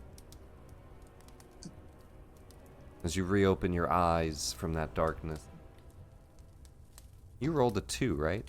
You find yourself in the storage room, draped in like a light white fabric, an old clothing fabric kind of covering you.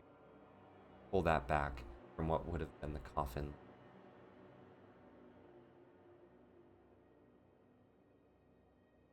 The telepathic bond begins to work again as you hear the rest of the party. You guys are here. Ha! That was fun in your head. That's relevant. Where are you? Or do you know where you are? Roven? I think I'm in the closet. Okay. Well, we just fought some ghosts, so, are there any windows in your room? He looks around the room. No. Okay, Is there I guess... activity outside his door? There is a window itself. You open up your door. No, there's no windows. The stair hallway is a black void.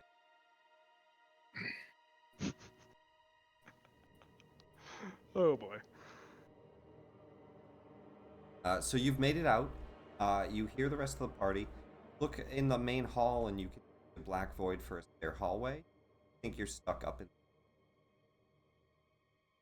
Oh look, another black void. Oh, nice, you got out. Something like that. I guess I died for a third time? Died. I Third can hear him time. now, too.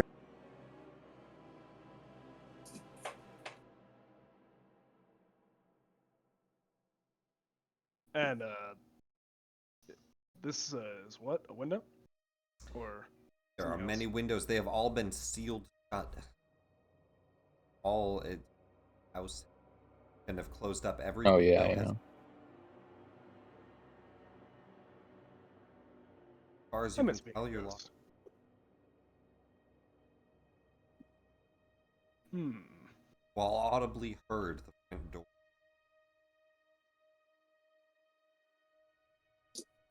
Can we hear him again? Yeah, you can hear Rovan in the telepathic bond. You guys can talk with him. You guys are downstairs on the second floor. He can ascertain he's in the attic. Rovin's just gonna play a diddle in the middle of the or something in the middle of the attic while he's waiting. You just hear music coming from the upstairs. Suppose we better go get him then, eh? Well, he said there's a void. He can't go down. And I don't think you all can come up. Have we seen like what's happened to the voids that we've gone through previously? Has going through them dissipated them? And can we check that if we don't know? Well, the No, one well- we had on the first floor was still there. We went through it Yeah. the second time. It's the same one, right? Okay. Well, it went to a different area though. That's the I said thing. it's Like, a whole new spot. yeah. How I mean, many we could- missions? Maybe there's only so many, and we cycle through them, and then it just like disappears, and we can get past. Well, the problem is that we can get down to the first floor now, and we can leave, but Rovan can't. He's still stuck up there. Well, how do we? What's the plan then? I mean, what do we do? I honestly have because I mean, Can we go on the outside?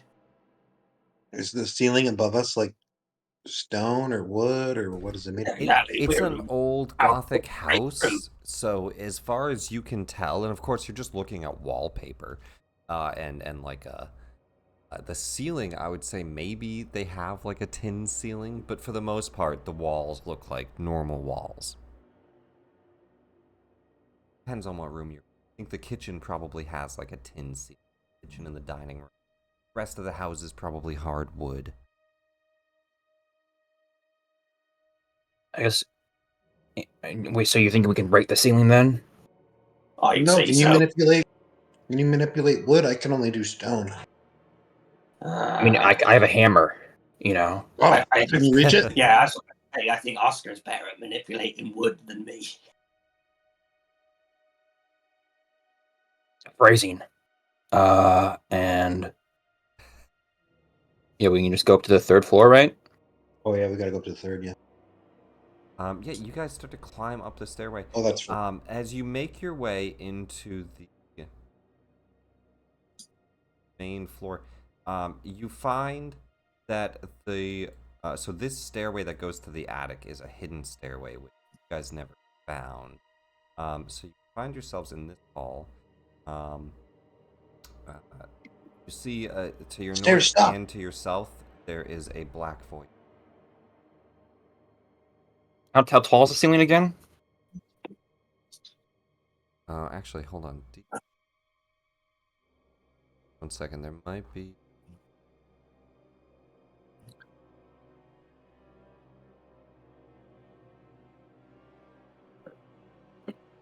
Yeah, go ahead and roll investigations, the three of you. Ooh. I will. Can I help Hagen? Sure. Yeah, I'll do that. Advantage Hagen. Oh, I'll do it twice then. Well, 28 succeeds. That's all I needed. There's a secret door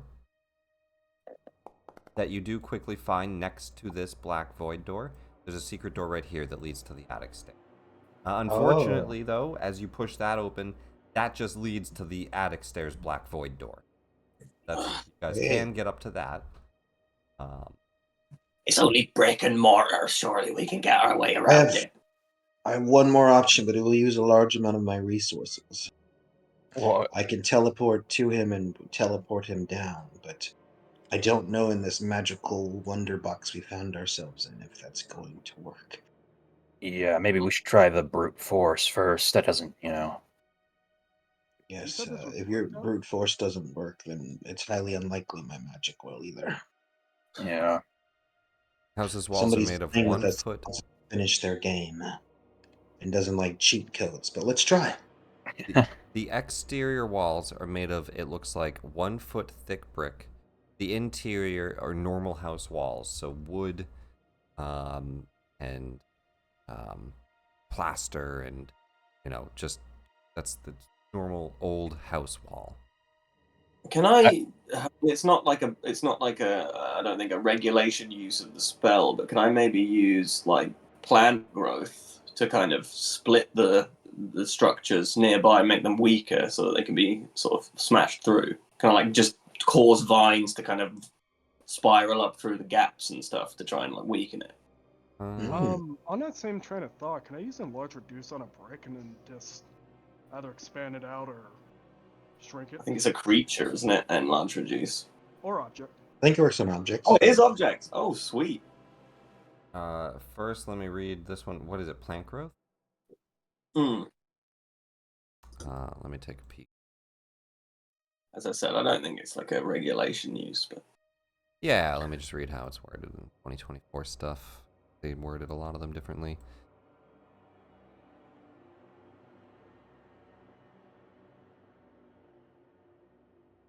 There's a point within range, all normal plants within a 100-foot radius. So I think the only issue is that there's really not, like, you're not near plants for this. You're in a house. can I use the plant that I have with me to like as a seed crystal to cause the effect? What plant do you have with you? I have Vincent Flytrap. He's that he's a Venus Flytrap who I awakened and I talked to from Vincent? Vincent Flytrap. Yes, I don't He's a think weird a fly- single Venus flytrap is going to do it. I think that you would need to, like, if you were outside of the house, Yeah, okay. and there were all the vines on the side of the house, I think absolutely. But you don't have the spell line of effect or line of sight to grow these. Yeah. You need to be near them. And since you're inside, I'm going to say no. That's fair. What was the other one, Rovan, you wanted to do? I was thinking about using enlarge reduce on a brick. Just try to break the wall with it? Yeah. Cause I mean, I think with the shroud, if I at least am able to look outside, I could probably teleport out there. I can see a couple of scenarios where that also goes wrong too. So. Okay, it can't be either worn or carried. That's fine.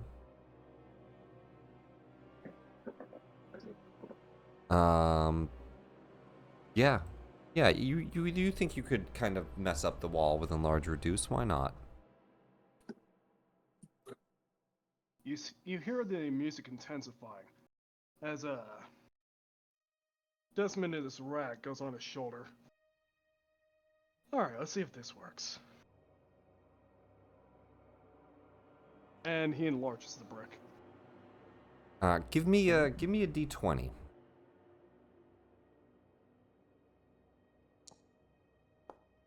Hey, It was fate. Natural God 20. damn. The brick that you choose happens to be in a pretty weak spot already. A Keystone. natural crack forming along some of the other stone. You enlarge a brick that actually holds up pretty well in the enlarging process, enough to kind of break and shatter some of the nearby joints, and then it powders itself into dust because it can no longer expand in that cavity, leaving a hole brick-sized. But you see a majority of the wall has weakened with that. And you think even just a push could open up a good-sized cavity in the wall. Where do you try to do this? On the outer wall? Yeah. I'll, specifically right here. Sure. Wherever this is. Yeah, so right up against Sure. one of the outer walls. If I were smart, I'd be using it over here, but... You easily do that, though. You cast enlarge reduce, the brick enlarges, cracks the wall, and a brick-sized opening has appeared as the brick powders away, breaks because it can no longer expand. And you formed a crack, though, with that nat 20. You picked the right spot. You could make this bigger if you need, but you have opened up at least a small 6 by 2 inch hole. He peeks through the crack to see what's outside. You see fog. You see you're in the attic, 4-story drop. Fog has enshrouded the building. You look outside, you just see like a blanket of fog. did we hear this happening? Yeah. Well, it's a nice view. Oh, were you able to break open a wall or something, Rovan? Oh yeah, That music you heard? That was me enlarging a brick. Oh, nice. Nudging Well- I understand. Let's not go out. I guess until we're all, wait for us to get down to the first level because we should probably go all out at once. Well, if that works, I can just open this entire wall with stone shape. Yeah, I mean that would work too.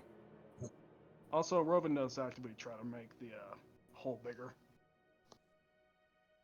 Yeah, it actually did write down exactly what the walls are in here, and I was wrong. None of them are made of wood. They're all 1 foot thick brick, even the interior walls, according to this, which is not how you would build this type of house, but that's fine. I was gonna say that sounds a little sus. It's definitely incorrect, but that is okay. Look, contractors in Barovia are not like the I best. don't. I think that the contractors at Wizards of the Coast don't realize that a brick facade is a facade because it's not the real wall most of the time. At least an exterior wall could be, but it's nonetheless. Yeah, Nick, so- they are architects of story and narrative, and not architects of a house. Give them a break. no break given. Their maps are all geologically relevant for the most part, except for natural magical effects. And like, there's definitely levels of science and knowledge they put into their stuff, and they should to this degree too. A 1 foot thick brick wall. You think you could stone shape any of these walls? Logan? Yeah. Well, Rovan says he got out, right? So I'll just do the exterior wall. He has opened a hole to see outside. Oh, I thought he went out. Okay. Not yet. Well, Rovan, you gonna jump through or what? What do you see? Do you see a pastoral countryside or a void of endless doom? Or there might be a middle ground. I don't know.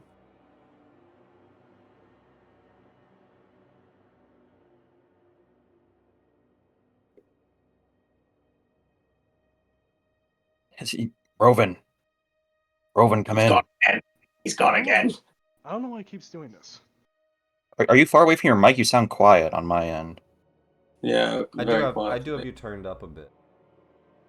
I got you maxed out, and it's a bit of a struggle. Is this better? Barely. A little. While you try to fix it, what do you all try to do?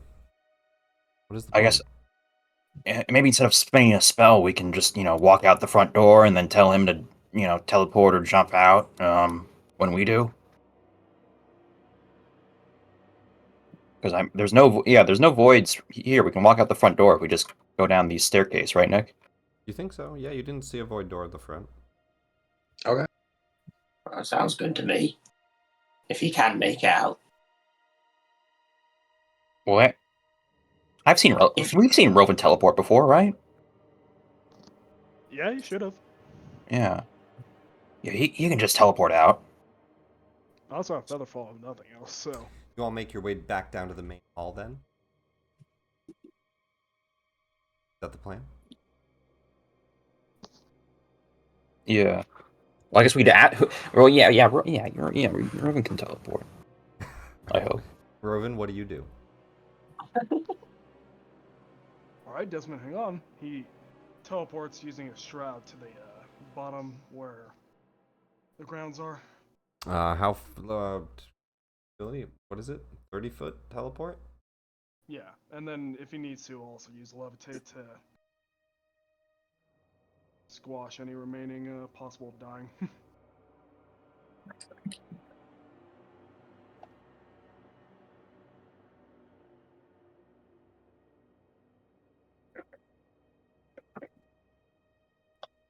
Yeah, I don't see why not. You could just Misty Step in the air. It doesn't have to be on the ground, so Shroud should work for that.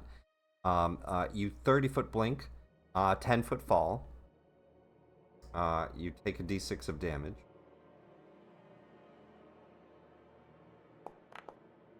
Two points of bludgeoning damage. You're on the 4th floor. Ow, my knees. But you blink down and you appear right here. Rovan, you get out. As the rest of the party, and I didn't move all that way for a reason. As the rest of the party is making their way down the stairway, you're good. You all start to make your way to the bottom of the stairs. Oscar, as you get down the railing, you see something standing in the parlor out of the corner of your eye. These are glass doors, kind of stylized, so you can see into this parlor. And you actually see someone standing in there. In fact, 3 people standing in there. Oh boy. What now? Looks like we got some house guest guys. Do we just? All right, yeah, let's fight them. What do they look like? Well, it's through like a foggy glass door with a Oh, bunch of. okay, It has sorry. like all this decoration in it, right? So it's not a clear view. Do you just open those doors up? Welcome to our home. You just open the doors. Welcome home. As you do, you see in front of you Strahd von Zarovich, standing next to what looks to be 2 of his vampire spawn, a female and a male. The female has long black hair, and the male just short hair, looks like an adventurer. They both do. Strahd looks up and he says, "So, my intruders into my realm. We finally meet. From the way the Oh, you're not- villagers spoke about you, I expected you to be more impressive." Well, you haven't seen the best of us yet. Well, Well, they didn't like my banquet. None of them even tried it. well, I am forever disappointed with the insects that think themselves worthy of meeting me. I suppose I could entertain myself with destroying you at least. Where's that pesky Roven run off to? Everybody can roll initiative. I'll get. What's going on, guys? Your friend is back. Strahd Kabadabra. Didn't you have this map as the Benios map when I started? That's where we were in, right? This parallel? We do. The problem with that is there's no way you guys are gonna stay on one floor for combat. So we would be stuck on this floor. We don't even have the outside of it. And so for this combat, we have this map. Simply because there's so much. There's levels to the house. There's the exterior. It would be tough to do combat in. Strahd is going to use that to his benefit. So we do need many floors. I was like, ooh. Everybody roll initiative, and in front of you, while see standing the real Strahd von Zarovich, the Dreadlord himself, the master of the Death House. And that's where we'll do a quick 5-10 minute break for a bathroom break. When we come back, we get into a big combat against Strahd. Excellent. The party has acquired the rod piece from this level, or from this chapter, but you now need to make it out of Barovia. Back to your portal. Back to somewhere safe. Last session, Nick, you said that the drift globe that I activated was like gone when I got back through the darkness. Is that the case still? The drift globe was gone. Yeah, because I what did you do activated with it. I activated it with daylight, and then we went through the portal, and then when we went back, when I went through the portal, then you said the drift globe was gone. I don't. So is it? I don't think I said it was gone. I just think the light went out. Oh, If you put the drift globe into the darkness, the drift globe got sucked into that room. But it was okay. as soon as you followed through, it was right there on the floor. Okay, so it's not been an hour, right? Is If that still active if then? you touch even a single object to the dark portal, you immediately teleported in. So Okay. there's no like tipping your toes into it. So as soon as the orb touched it, it was teleported. But you can follow it. Yeah. So you followed it. And I have it next to me still, right? Uh Like it yeah. I mean it'd be following you around as long as you still have it. okay. So daylight is still up. How long does the spell last? An hour, I believe, but I'm looking at the legacy spell, so let me look at the actual real spell. If it only lasts for an hour, I'm gonna say it's not up anymore. Okay. Time. Sorry, I haven't moved the clock. Time passes when you're in the haunted zones. Like faster? It's an hour per haunted zone. So and you guys skipped.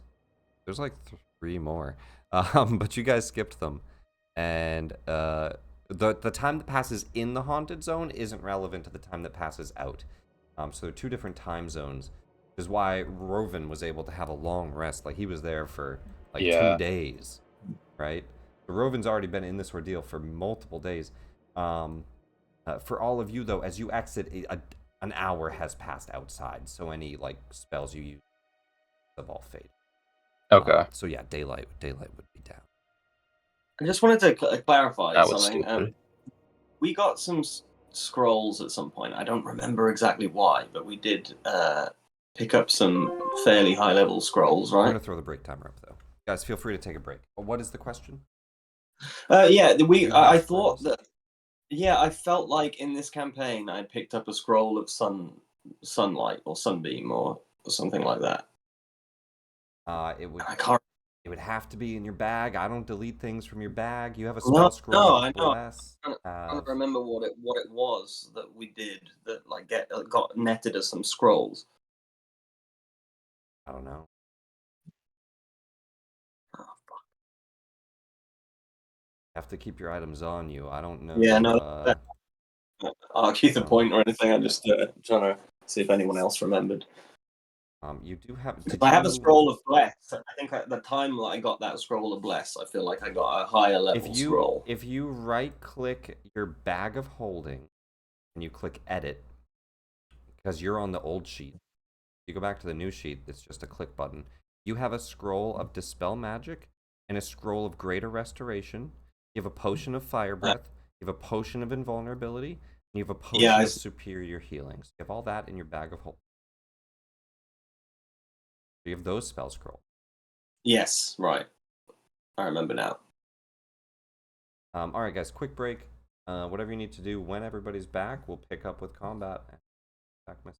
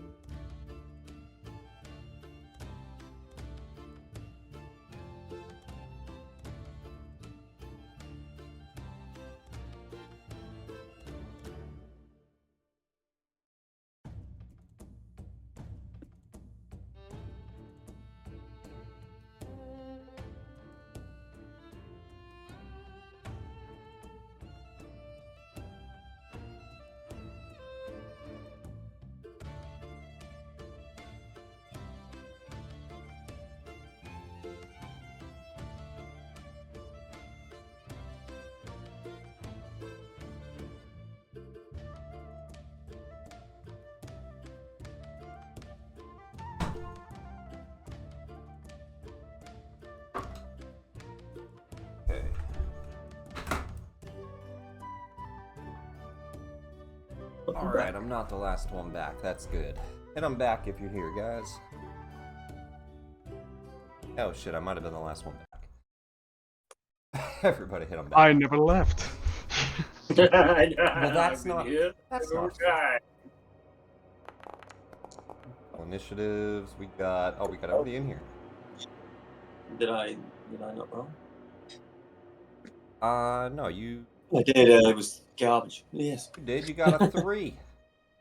A 3 on one of the major combats. Definitely not a big. It's alright. 5 times, steep on my fingers. Remember this. Remember the secrets, guys. Remember the secrets. Did we have a short rest? Do we want to? Well, I guess you have to use an action to use one, don't you? Let me remember. How does it?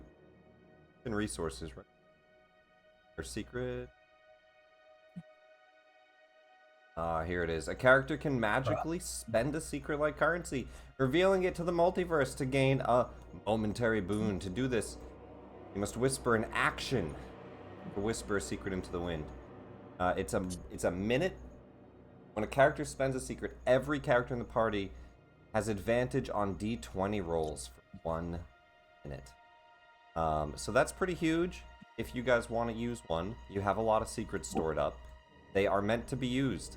It's not a video game where you save your potions for the last boss.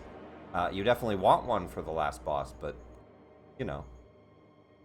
What that mechanic is related to what in the narrative exactly? Do you remember Evernight? I don't think he wasn't there. You weren't here for Evernight. So if you remember, I told you you had a vision when you first joined. So in that vision, you also saw the image of Vecna like changing the multiverse, right? And the rest of the party experienced this when they returned from Evernight. They saw a future. They saw Vecna manipulating obelisks, black obelisks, changing magic around him and turning the world into his vision of the world. And he was doing it realm by realm, channeling through these portals. And that is why the party even knows Vecna and like who to go after and all that stuff. Really, is they saw this shared vision, and then they were all summoned to the Wizards 3. So when you got your vision of the party dying, I would say you also saw a similar situation. Okay, and these secrets you said we've got a lot of secrets built up. I was wondering There's what that a current channel in Discord, and you can spend one secret to basically burn it forever. It's lost to knowledge, and because Vecna is a god of secrets, and he has empowered the party as well, which I think I mentioned to you two. Well, I know Noah knows it because he's aware of this. I don't know if you were informed, Dan. The power of secrets can be burned, but it's because Vecna is the god of secrets, and he. Oh no. But so there's currency of secrets. Like, where does it come from? Like, is it just like we have to give a role play wise, like a secret from our character, or? No, not a secret from your character. If you go to, can you go to the secret channel in Discord? Oh yeah, sure. Yeah, you said. Sorry. We have learned secrets. We learned Sanda's secret. In Eberron, we learned Mercy and Kyleth's secret. Oh, so like we learn secrets of the narrative, and then we can kind of choose to obliterate them from reality. You learn people's secrets. When you've done things for them, they've told you secrets. Yeah. And you have, because everybody has been bolstered by Vecna, he has actually buffed you. You all have advantage on insight checks against telling if someone's lying. Oh. And so that is part of that vision that you got of Vecna. And so all of you have advantage on insight checks. You also, once a day, can cast See Invisibility. All of you have that innately. That's the Vecna buff. So, sorry for the newer players. I might not have been super clear on that. Yeah, I wasn't aware of that. Everybody We should discuss knows. that a second. So that's secret 10 minutes of advantage. It's basically like guaranteed combat advantage, all D20 But roll. but narratively, when you say like spend a secret, like it You gets whisper, sort of redacted from reality, and like Yeah. it's never it gets lost to forgotten. knowledge. It's sacrificed to Vecna. Right, that's interesting. So, which of the secrets that we've learned so far is worthy of being forgotten? It's like Exactly. an Yeah. interesting. So it's up to you if you want to burn them. I would say like Wormwood would best know Kalith's secret. That's the leader of the band of veterans you were spending time with. You know, Sarasundra's secret was shared to Nero, but I mean it's a group thing, so you all know them. But like as far as which one you'd burn, I would say probably Nero, because it doesn't matter. All right, so let's jump into the combat. And there's plenty more bosses coming up, of course. We're only on chapter 5, but you've already stored up so many of them. So I think that they give you like 2 of them, expecting you to use at least 1, if not 2, per chapter. I think. Well, so Wormwood would know that this is a thing that he can do. Well, meta-wise, it's an Okay, ability your just like character Caleb's has as an secret. action. So it's not like you have to accidentally stumble into it narratively. Yeah. So, for instance, if I had spent time with Caliph and had learned her secret was what it is in the Secrets channel, perhaps that's a matter of shame for her, and it would be alleviating for her to like have that lost to history, and maybe he would just see that as like, oh yeah, that's perfectly fair game. She'd be happy to forget that for everyone to forget. Well, let's jump into the battle. Rovan, I will say they traveled all the way downstairs, so you definitely have the time to stand up, and you could even start at like heading toward. He just sees him, walks in, and just hits the wall. So you're just kind of out on the front lawn. You know the party's regathering. You don't see Strahd. He's inside. What do you do?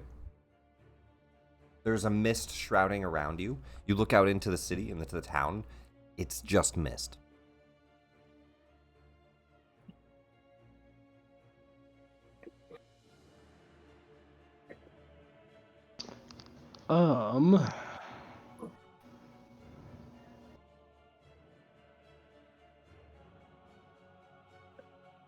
He is going to just chill there for a minute, and actually, he's gonna sneak a little closer, just to hear the action that's going on.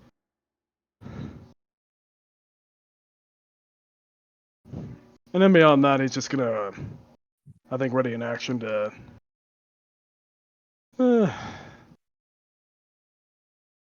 shoot someone. Pew pew. You Yeah, but for right now, want to ready action your weapon? Okay. yeah. He's just gonna hear out whatever is going on here. Will the And nah, I won't waste it on that. All right, you ready your weapon? Getting to the front door, listening into the conversation, you hear your name asked by Strahd himself. Where is Rovan? Where's he run off to? Kind of the last thing said. We jump to Oscar, having just opened these 2 doors in front of you, Oscar, and see him standing in front of you. What do you do? Well, I guess I didn't notice this. The potion should have worn off by now. Because it's been an hour, so my strength is still at 25. It should be at 18. We have an effect that's doing that. Okay, so strength fell back down to 18.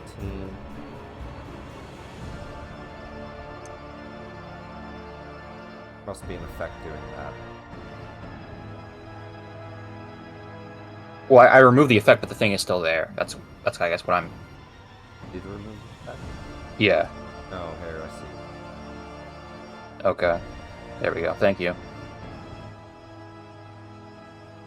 Alright. Alright. Well, now's the time to go and rage.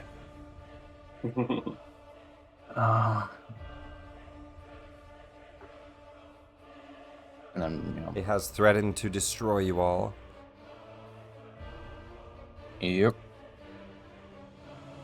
And with the reach... Well, you enlarge, yeah. Yeah, I know.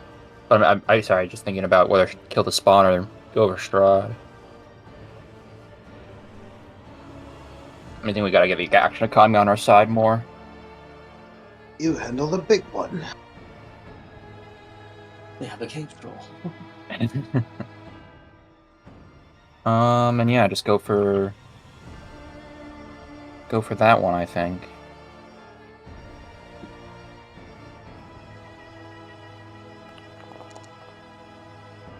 Oof. Natural 1 and a 3. You swing out, but unfortunately you miss as the spawn quickly just dodges underneath the mall. That's the first time that's happened in a while. Performance issues happen sometimes. The second swing hits. Alright. And are you reckless? Yeah, I'm reckless attacking. Okay. Oop, that's not the one I wanted to use. There we go. What I'll do is I'll find a token effect for when you're ready. Damn, that's damage. Fuck. Yeah. Right, 35 points. Solid.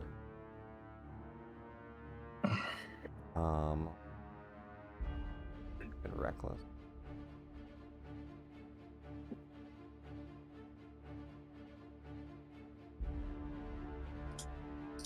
About spark. Just something to remind. Yeah. All right. That's your swing. First one misses. She dodges underneath, hisses, and prepares her claws. The second swing crushes into her shoulder. You hear it kind of snap and dislocate. She steps back up from it and just kind of shakes it off, relocating her shoulder. That's that for me. At the end of your turn, before Strahd's turn,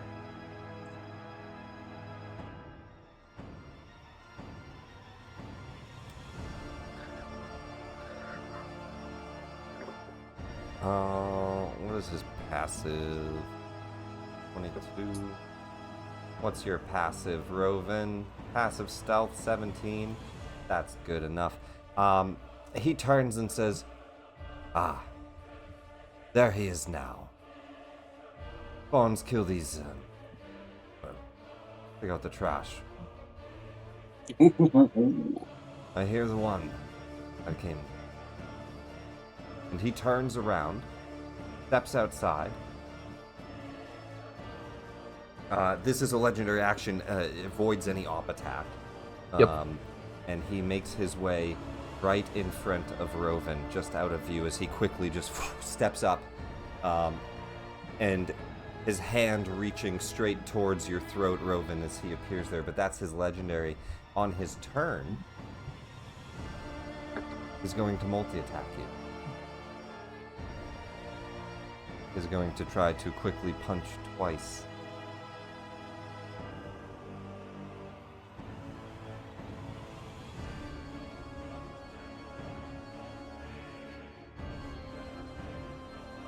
Yeah, he'll death strike twice.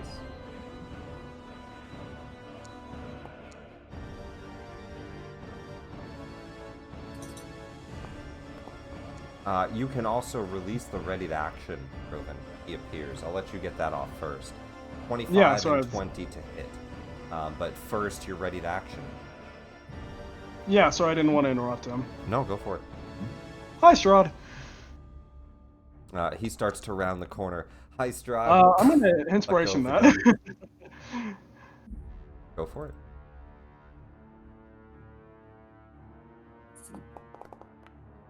Natural. Yes, that is what an inspiration is for. Indeed, mark that Boy, off. how Unfortunately, the ready to action misses as it shoots over his shoulder. Did you miss me? I do allow full multi-attacks. If you have multi-attack, I don't know if you have it yet. I have an extra attack, I think. Yeah, I but, let you get both off. Oh. Yep. When you hold an action, I let you get your full attack action. And you love to see it. A crit. You quickly reload, the first one shooting over his shoulder. He ducks and he swarms right for you. You get a shot directly into his face. 20 points of damage. Did you miss me?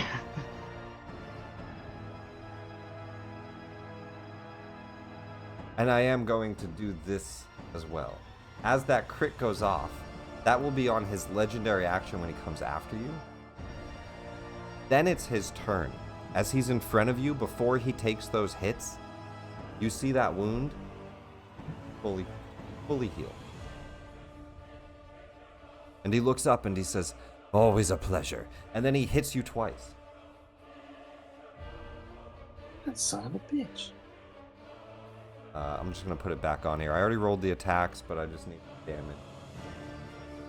A D8 slashing and 4d6 necrotic. So D8 twice. Then necrotic twice. Well, I'll just get 8d6. It's always fun rolling dice.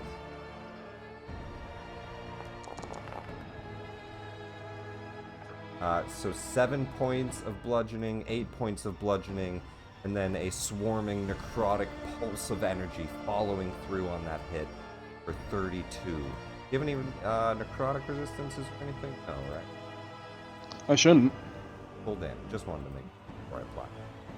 Badly injuring you and fully healing from the wound you shot into his face as he gets right up into yours. That's his action. Let me make sure he doesn't have a bonus action on this sheet that he wants to do. Oh. Sorry, because he would have had this also pre-done, and I meant to do it to the stat block before putting us into combat. He also has... I'm not going to worry about the hit that hit him because he regenerated it. Well, I guess because you could have destroyed one of these. Let me roll that crit. He also has mirror image.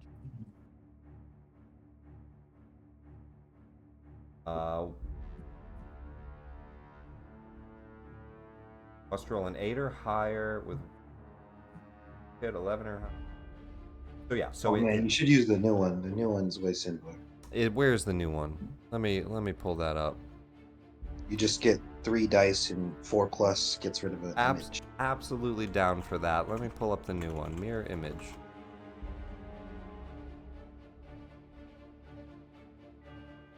I mean, a Time decade to of create that. your attack roll. Still- Roll a d6. For each of your remaining duplicates, if any of the d6s roll 3 or higher, one of the duplicates is hit instead of you. D6 for any of the 3, so 3d6. Yeah, and then when one goes away, then it's 2d6. Okay, so cool. So boom. One, it actually doesn't even hit him, Rovan. It hits a duplicate. And then he will appear out of there. That is easy. Like that. Let's put mirror in.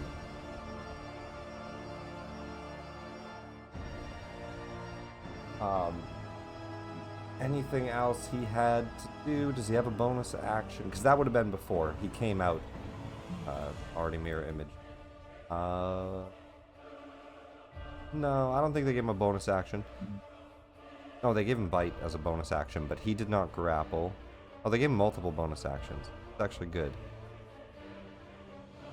But he's not going to do any of those right now.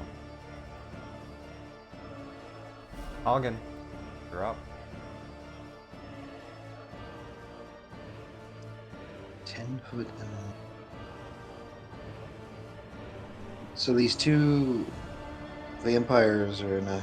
No, I don't 2 spawn in the doorway that have been told to attack. Okay. How big is the ceiling here? It's just a normal house, so because we go by 5 feet, I'll say 10 feet. Yeah, that makes sense. Yeah. Ooh, I might lock Oscar out if I try. I'm gonna do that.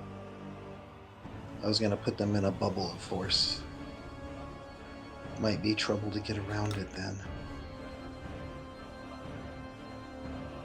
Oh wait, I want to do this.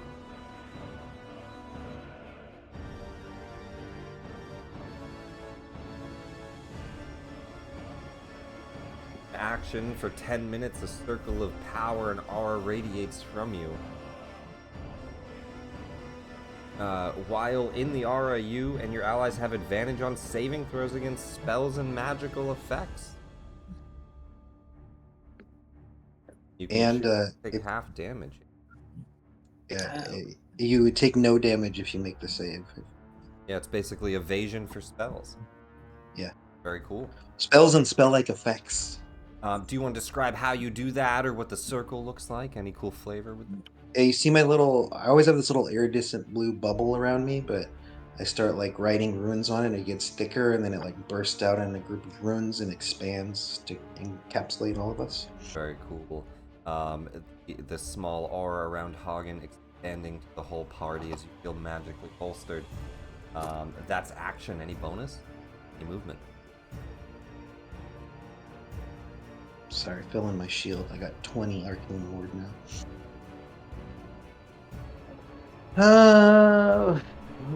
Bonus action. Oh yeah, dang it! Shoot, I can't see him. Sorry, I was gonna dispel his mirror image, but I can't see him. I'll just move to here. I don't have any bonus I want to do. Vampire spawn. Like that they're both going around the same initiative. That makes this easy. They're both going to just go after Oscar directly in his way. So 2 attacks. We're going to say he's trying to grapple on the axe. He's going to try twice to grapple. The first one grapples, obviously. All right, 20 to hit. Yeah, it hits, and you got advantage. Oh, he has advantage.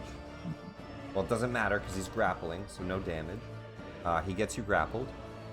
The second attack will be at advantage bite.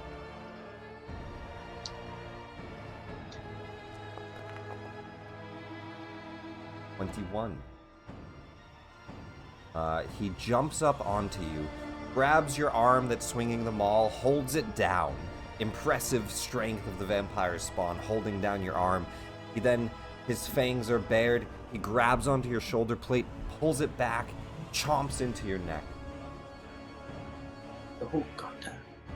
I'll reaction ward him to protect him. Reaction ward, what's it do? I extend my ward and it blocks the bite, and it'll take the 18 damage.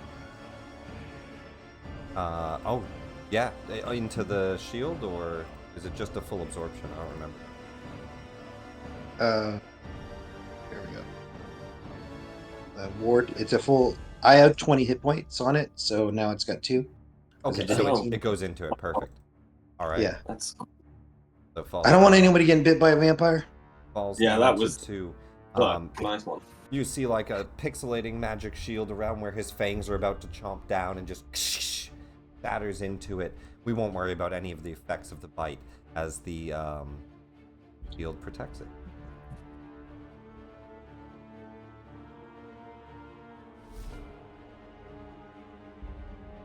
Lara's turn. Lara Elra. Multi-attack.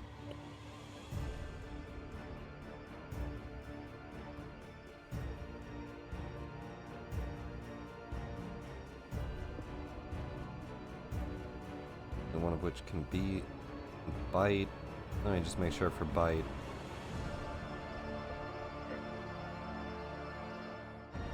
Technically, that to be grappled above you. I'm just gonna do 2 claw attacks.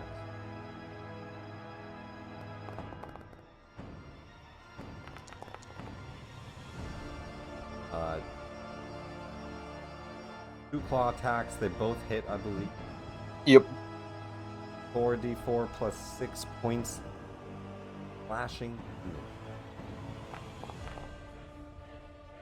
Gets you for 20, halved by the rage.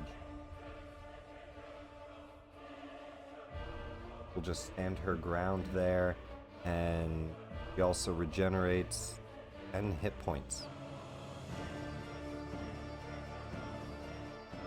Wormwood, before you go, Okay. I'm going to use 2 legendaries from Strahd to strike at Roven. 6 on the dice, 15. Roven, does that still hit your AC? Did we get you better armor or no? Now I'm not even sure.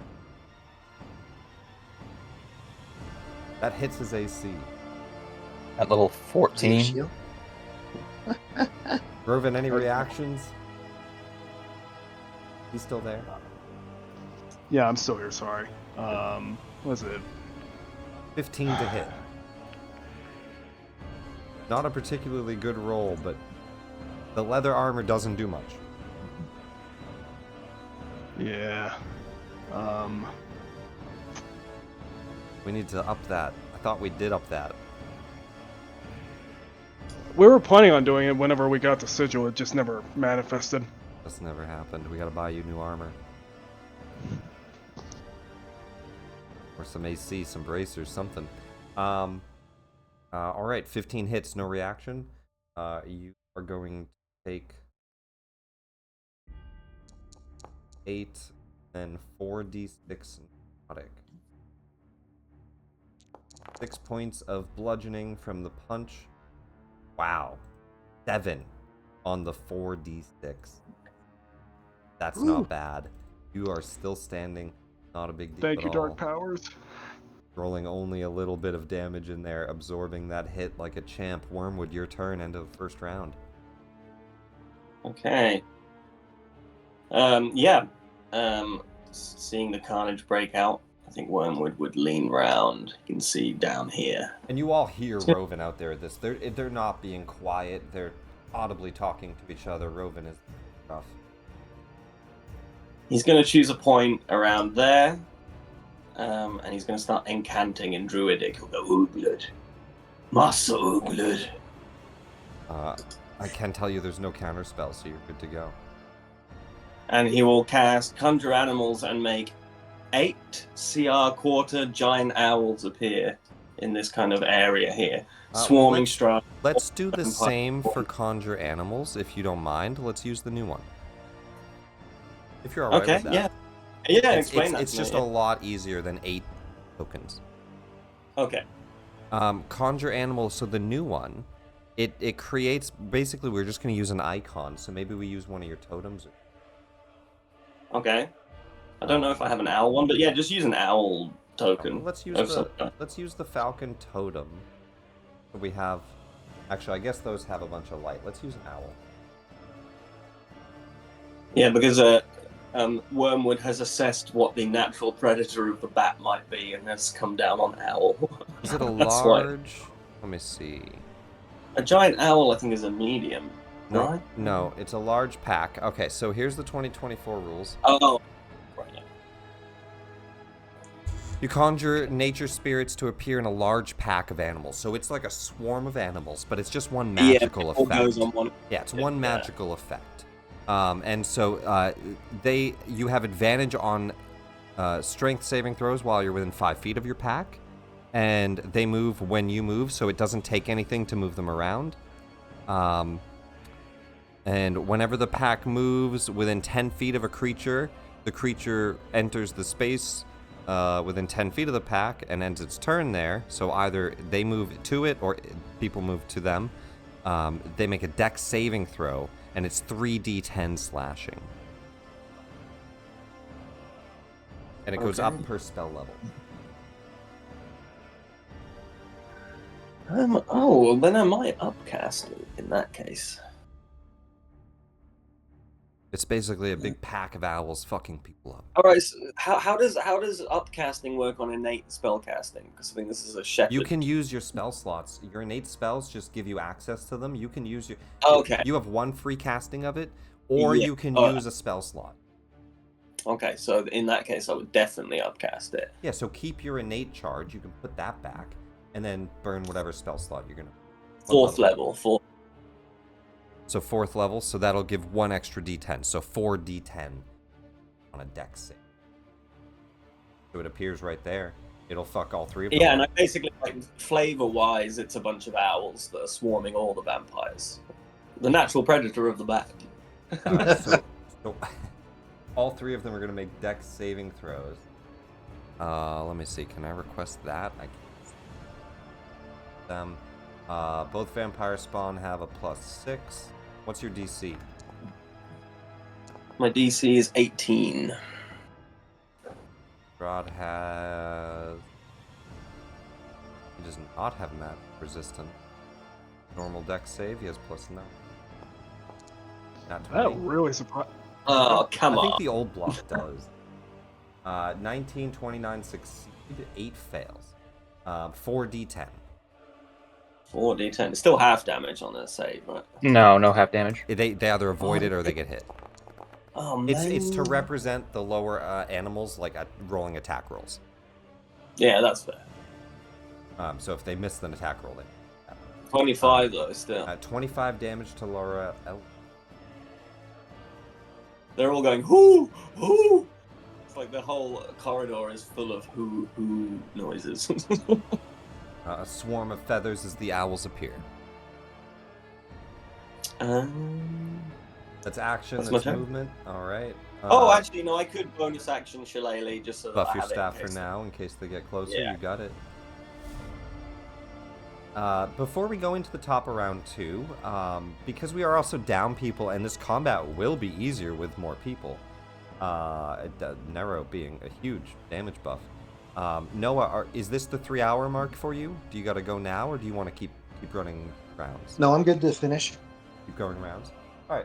Yeah. Just let me know at any point when you got to go, and that's when we'll end. Let's go into round 2. Okay. Roven, top of round Thanks for 2. checking. Yeah. Top of round 2, Roven, you're up. He's going to whistle a healing word to himself as he tries to make a little bit of distance and talk to this Talk it out. very pleasant man in front of him. Yeah. We can talk this out just like we talked out the what is it? The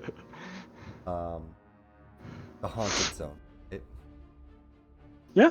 Also, let me just double check. Did you see the exhaustion? So I would get 5 feet removed. So All your d20s are reduced by 2. You have a -2 on everything. Your 5 feet movement is reduced. So that's all that exhaustion is. -2 on all d20s, and then 5 feet are reduced. All right. 10 points of healing to yourself, though. What's Roven's healing word? Is it just a bit of music? What'd you do? Yeah. You just hear him. He just whistles himself a tune as he tries to heal up a little bit. All right. What? I came to see an old friend, and he tries to back up a little bit using Nether's mischief. He's gonna try and talk this out, but he's not gonna be stupid and not do anything. Oh, is that a second spell, though? Cast a spell. Ooh, that's right. Shit. Keep the spell slot. Gil is not going to let you give spell. Also, I've never heard of that spell. Let me take a look. But yeah, for this round, you already healed.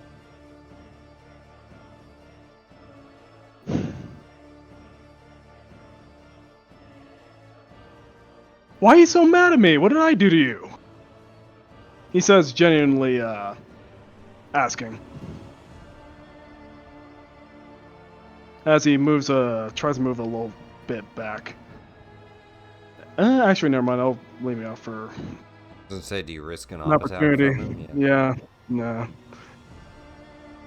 Well, I still do have an action. I guess I could try and do that. Got an action. Disengage.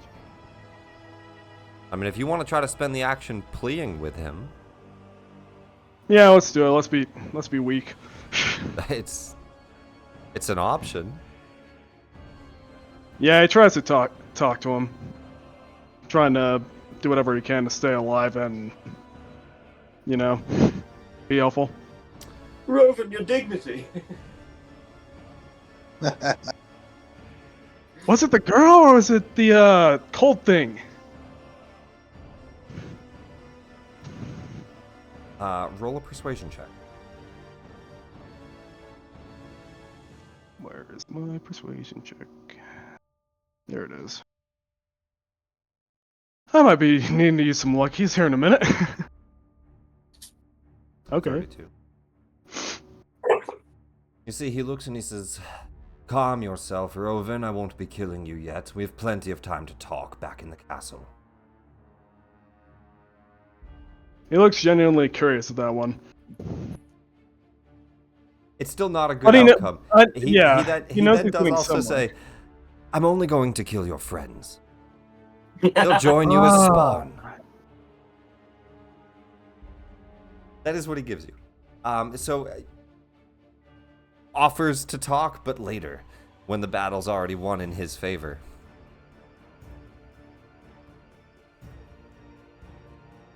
Fair enough. And Actually, he does say, "I did bring you an old friend." a list of names is going through his head right now. Well, I can't wait to meet them. Well, he's gonna try and retreat back into here. So that's like 5. And then I think get about right here, right before he blocks my entrance, or do I have to be over here? Does the swarm occupy a space? If we're in 2024 rules, you'll have to Yeah, do let the me arbiter. pull that up. Conjure and Emanation, I think.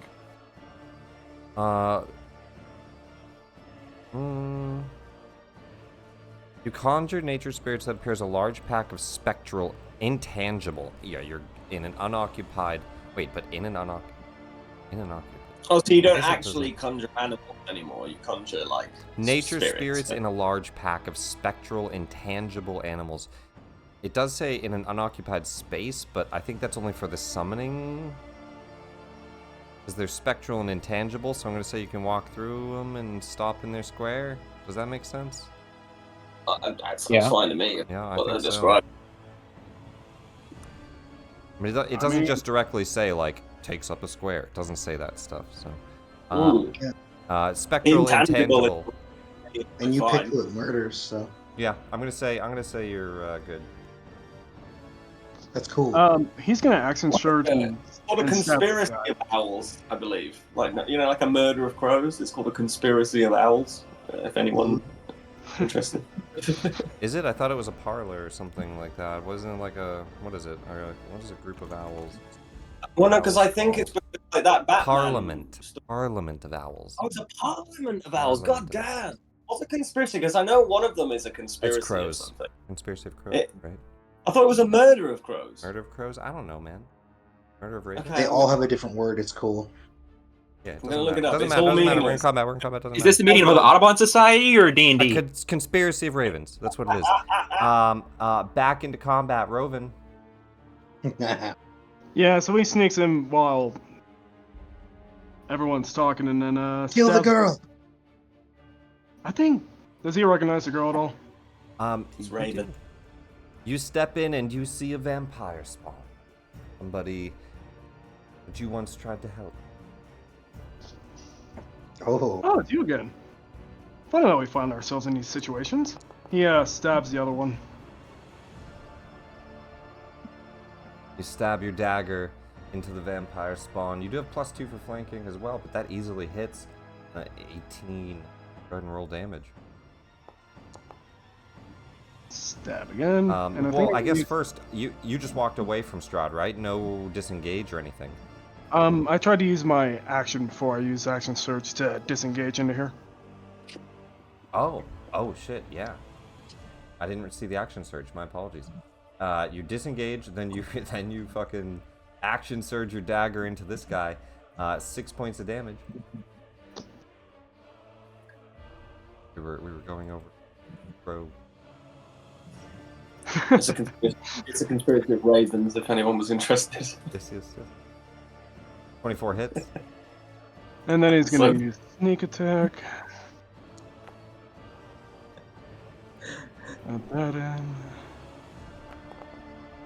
Not bad. 6, 6, and then 8 points from the sneak. 2 quick stabs, one digging deep into his side. And then bonus action. What? Something. Oh, wait. Hold up. Where is it? You already bonus action healing worded. Yeah. That is probably it. Action I think it. bonus Martial action. Gift, is that a bonus? Oh, right. That is a fighting style. Where is it?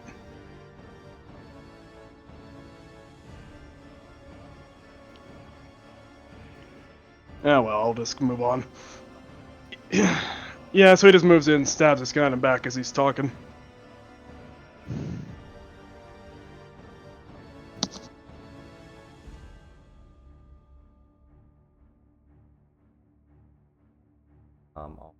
Oscar, you're up.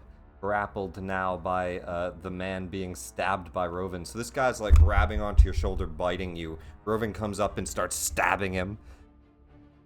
Let go, let go. And it's an action to get out? Let me read his clause. Escape DC 13. So yeah, you would have to action him off of you. Alright, I'm not doing that shit. I didn't think so. I'll handle him. Okay, I'm just gonna try and kill her, I guess. Yeah. Erp.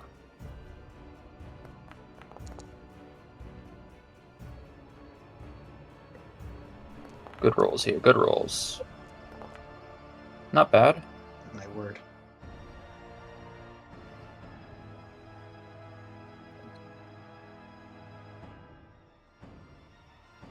Has that got the Smite City on it or no? No smite.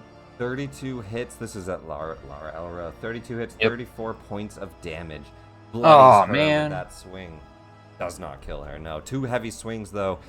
You think a third might do it? Yeah, third. Think so. She's at that point. She looks pretty badly wounded.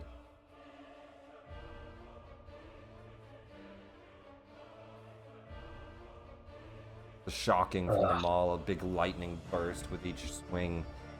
She's kind of hit up against the wall and out of breath from that, heavily panting and looking at you, ready to leap and bite. Try to regain health. I do not have that back.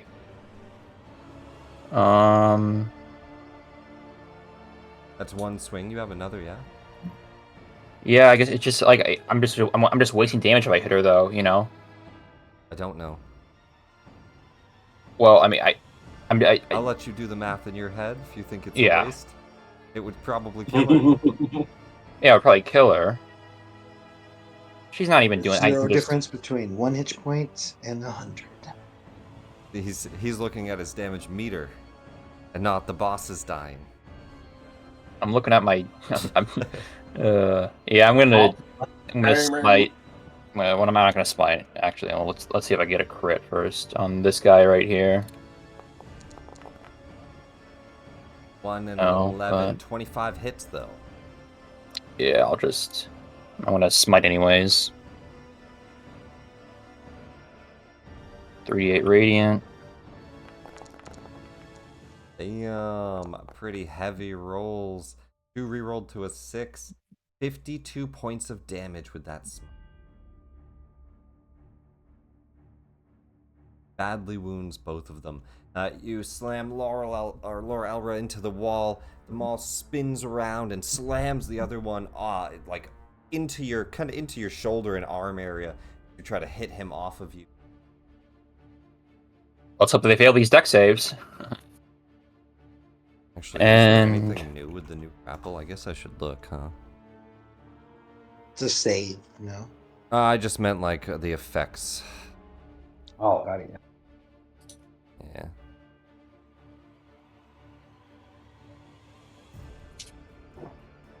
You have disadvantage attack rolls against targets other than the grappler. So it's actually disadvantage to swing at Lara. But your first roll was that roll, so fine. Yeah. But it makes more sense why you might want to swing at him. All right. Yep. And I'm gonna blow my Warhorn of Valor as a bonus action. Okay. Actually, no, I'm gonna save that. No, I'm not gonna do that. Sorry, I didn't read it. I will do that later if something happens. All right. So, sorry about that. No, That'll you're be good. my turn. All right.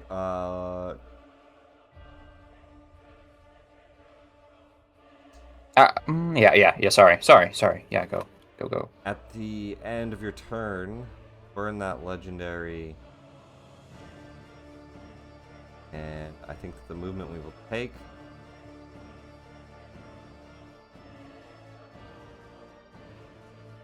Yeah, because he doesn't have his layer actions here, so most he can do is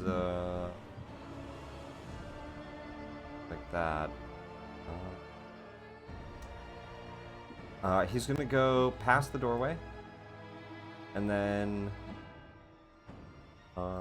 disappear. What's his total movement? So does the swarm get up attacks or anything like that?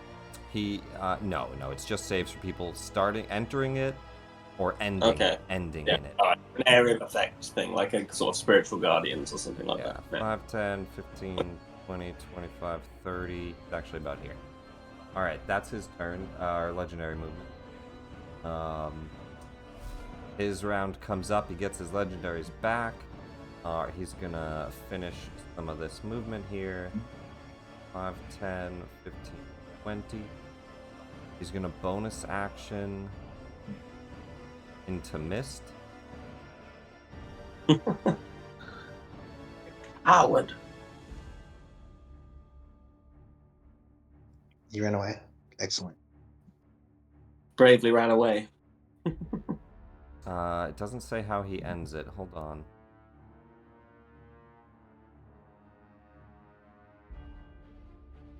I don't think they wrote how he ends it.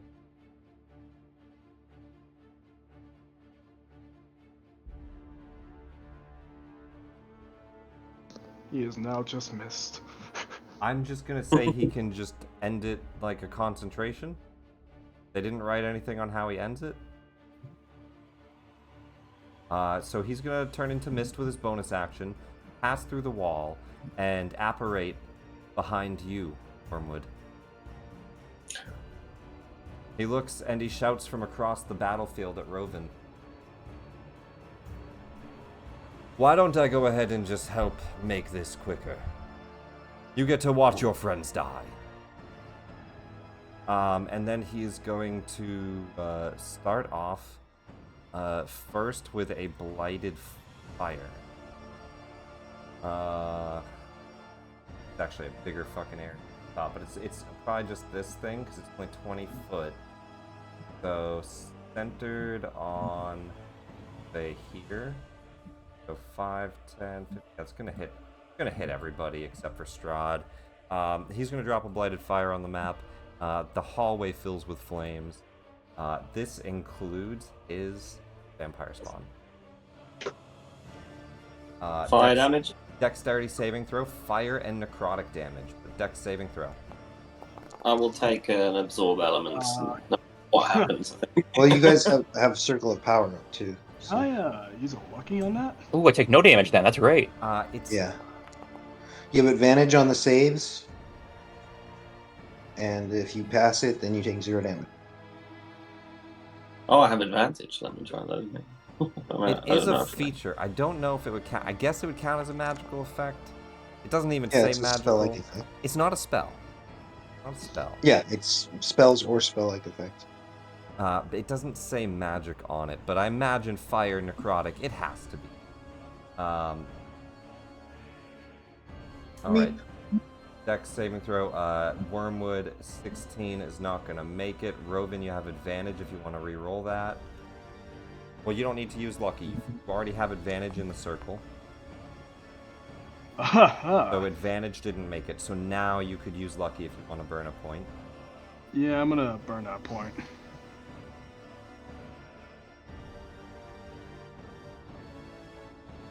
Oh, why do I keep doing that?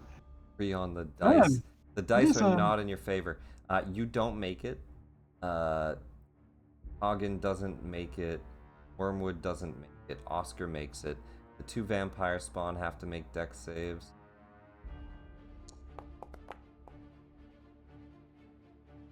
Not looking great for them. Already wasn't looking great for them. Burning them. That paid off. All right.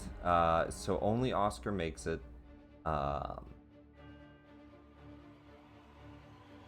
use absorb elements as a reaction. Absorbing the fire or the necrotic. Well, I don't think you can do the necrotic, can you? Can't do necrotic on absorb. Okay, you got it. So fire for half. All right. So let's go through this a little bit here. Hold off on that. I'm just gonna delete the text just because I need to apply damage. Oh, sorry. Oscar, you save. You take no damage because of the Woohoo. aura. Roven, you fail. You have 38 health, so it's not going to knock you out. Fire and necrotic, you have no reaction. You just take that full damage, right? Yeah, I think I just take that full damage. I don't think I have anything to reduce it. What about Circle of Power? I'm sorry. I gave you the I'm advantage. sorry. It's half. It's half damage in circle. You're correct. Half damage in circle. Thank you, Oscar. But still only badly injured, not knocked out. I need a concentration check? What are you concentrating on? No, that spell never went off. Oh yeah. Wormwood, you failed half damage, yeah? And then half damage on the fire. So half damage on the necrotic would be 7. Half damage on half damage. 3, so you take 10 points of damage. And is my that Constitution save for the Conjurer animals? Concentration check. Yep. 19 on the dice, you're fine. Hagen also failed. Necrotic and fire, no resistance is right, and reaction already burned. I believe you take full half damage for 13. And then reaction burned from Wormwood for that. Absorb elements. And Wormwood, your shillelagh now has an aspect of fire on it. Oh. The absorb elements, you can unleash it. You can unleash some of that Absolutely. fire damage. But that's only part of his multi-attack. He's then going to death strike at you, Worm.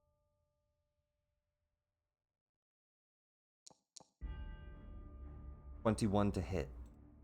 Hits. Add this bottom roll 4d6 for 20 points of damage. Oof. And that's a save of like, God, 12 or something? 11? 11. Could be in that whisper. I have advantage on these because I've got Warcaster, so I have to. But that's his full action. He appears behind you, passing through the wall as a mist, reapparating, blowing the front chamber up. The 2 vampires spawn, ignite with it, taking 27 points of damage. Near death on Laura Elra. She has literally 1 HP left. She kind of collapses to the ground. The other one is burned off of Oscar, his kind of charred husk just hanging onto your shoulder. More of a decoration of war now than anything. And that is his turn. Punches Wormwood, badly injuring him. Hagen, wobble. Strahd right behind you. Your turn.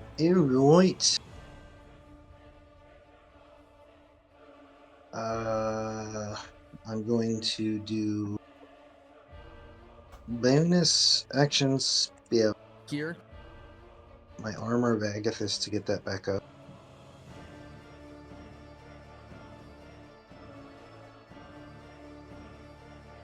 All right. Do 4, so it gives me 20, and it'll do 20. 20 temporary. Wait, no, 15, right? No, yeah, it says 20 when I roll. Yep. 15 plus the base 5, 20 temporary health. And then I'm going to magic missile Strahd to hopefully remove his mirror images He's from my only wall. got 2 remaining. Yeah. I'm just going to do one. Use one. Pew pew pew. Shoot 3 at him and hopefully drop the mirror image.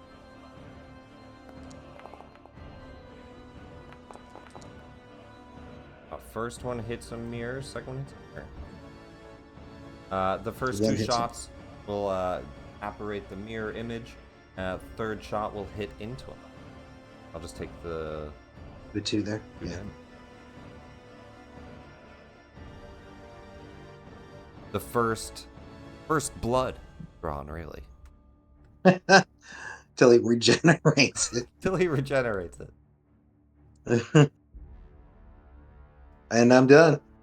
The different forms of him forming into just one now, as a small missile passed by his cheek and just leaves a small cut. He reaches up and feels it and looks out towards you. He's going to use 2 legendaries to punch you. Me. 13 on the dice, 22 to hit. I will shield, but it'll still hit me. But I'll get 2 HP from the shield for my ward. Yeah, if you want to burn the shield just for the ward buff. A reaction shield comes up and it'll keep you shielded from now till your turn comes back.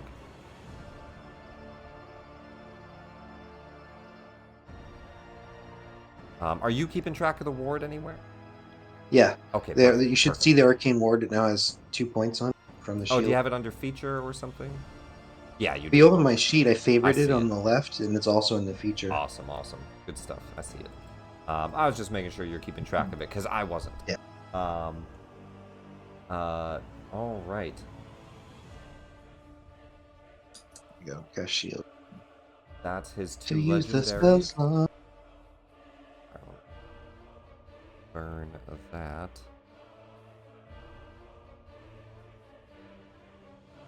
Oh, he's through all my hit point or my temp. Oh, I need to roll damage. That's what it is. Damage still went through, and then 4d6 necrotic. So, oh damn, more on the bludgeoning than anything. So 10 bludgeoning, and then 7 necrotic damage following. The shield absorbing. Good. And then he takes 20 cold from the armor bag. The splashback 20 cold damage.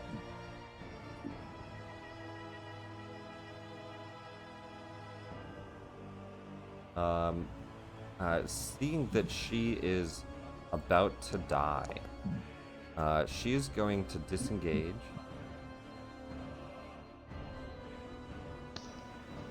Five, 10, 15, 20, 25, 30. She disengages out of the house. 1 HP. Wormwood. Yeah, that's not the main quarry. So how does it work with moving this? When you move, you can also move your conjured animal. And how far? I want to say it said 30 feet. Let me pull it back up.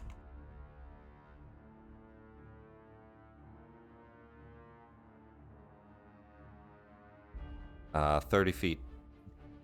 Because I kind of then I would I'd move the requisite amount, maybe strafe around Strahd a bit with my staff held high and just swarm them into the room to... 10, this is 15, 20. They can just kind of swarm over.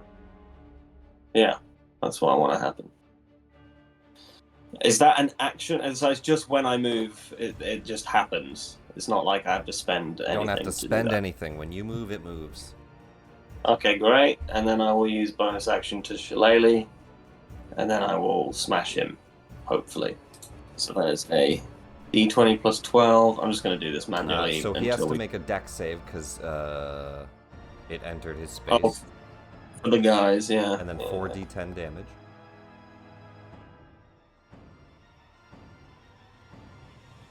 I think Oh, he I'm makes sorry. the He save. saves. Yeah, I'm sorry. He saves it, so 0.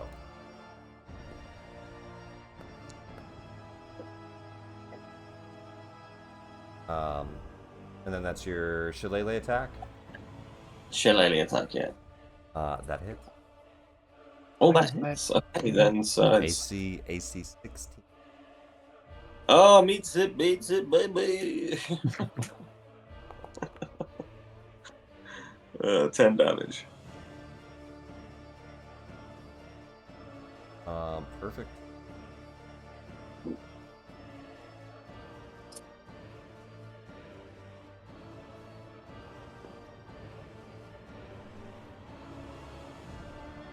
Check this.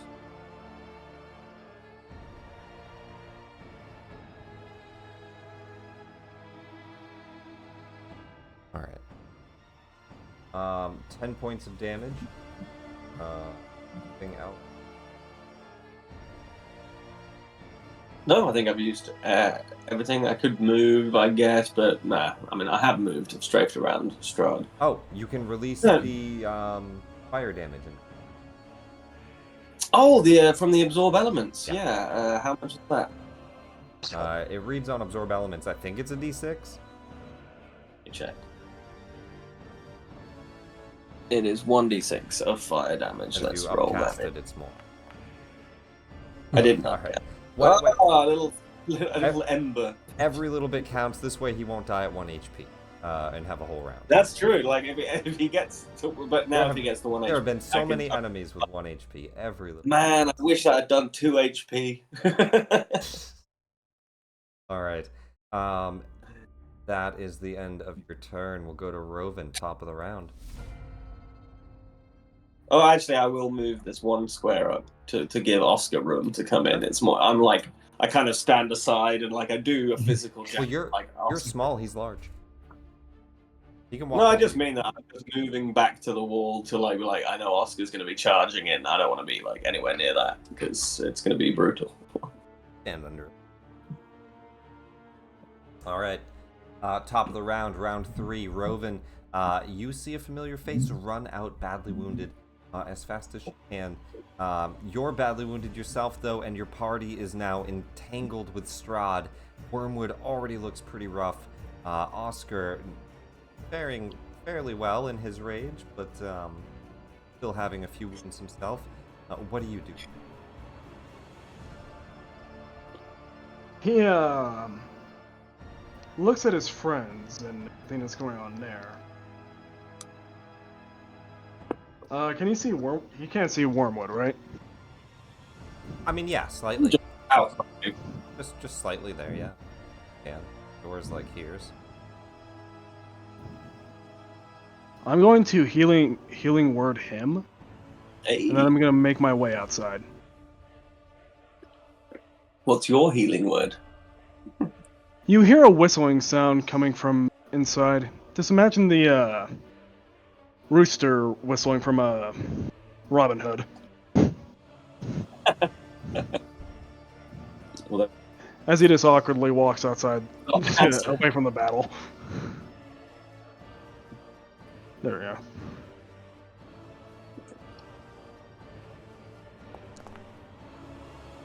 $11 points of. Who would have known? Being a chicken really paid off. Wait! He yells over to the vampire spawn.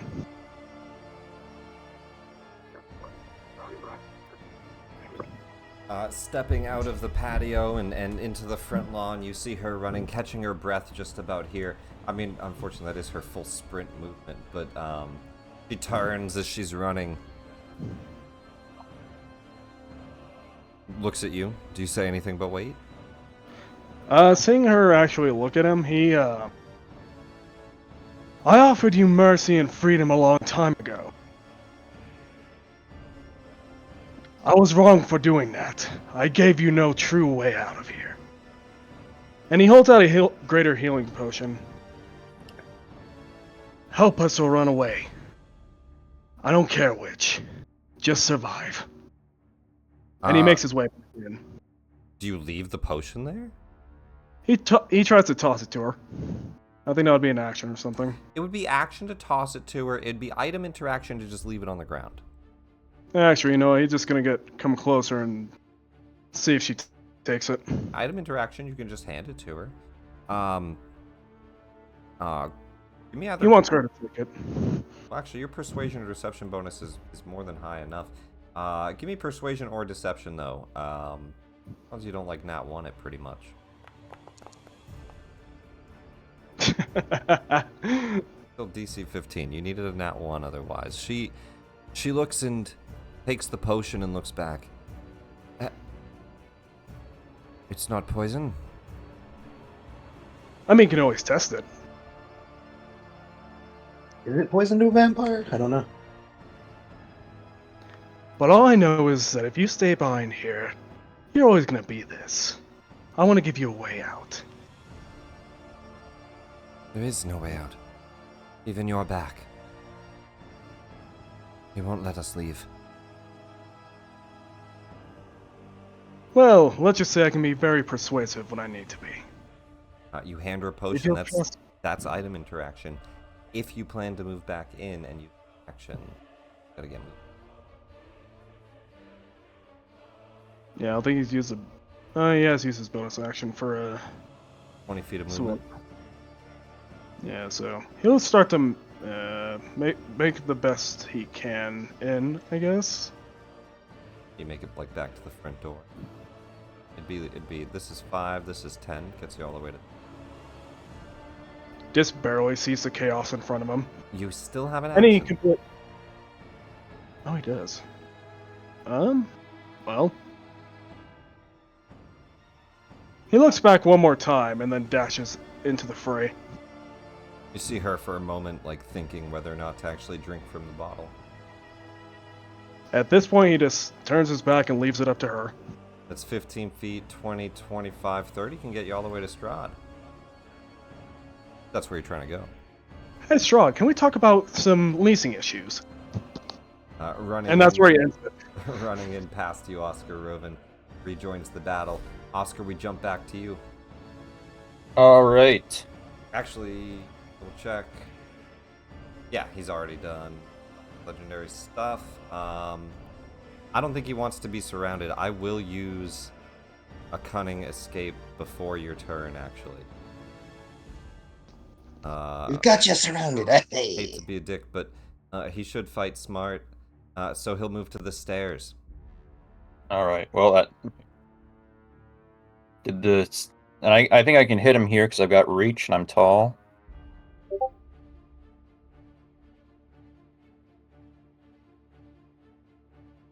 So I will attack him. Yeah, Advantage. so do you want to be in 4? Stairway open. I mean, yeah, I guess, and you know, if someone wants to, I mean, it's like there's no other. I will say the stairway and the railing are going to give him cover, but you can. But I'm tall and I have reach though. Tall and you have reach, but he still has a railing and the whole stairway kind of blocking it. Okay. I mean, not that it's much of an issue. Your rolls are plenty high. He's Yeah. AC but, 16. you know, just in case. 16. What the heck? You already saw Wormwood hit. It's an easy hit. Oh, I thought he had plate armor on. No. Okay. Should be really easy then. But yeah, it's up to you whether you're stairs or you're in the central spire. Yeah, I'll just stay on the stairs then, Okay. so I don't give him any unneeded advantage. 30 points of damage.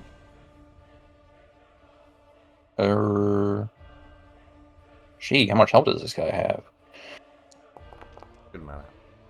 Hey, there we go. That's the crit, and that's the smite. At 20. Love to see it. 38 radiant. Damn. This Critical is gonna, hit. This is gonna suck. Oh, the ones rerolled to ones.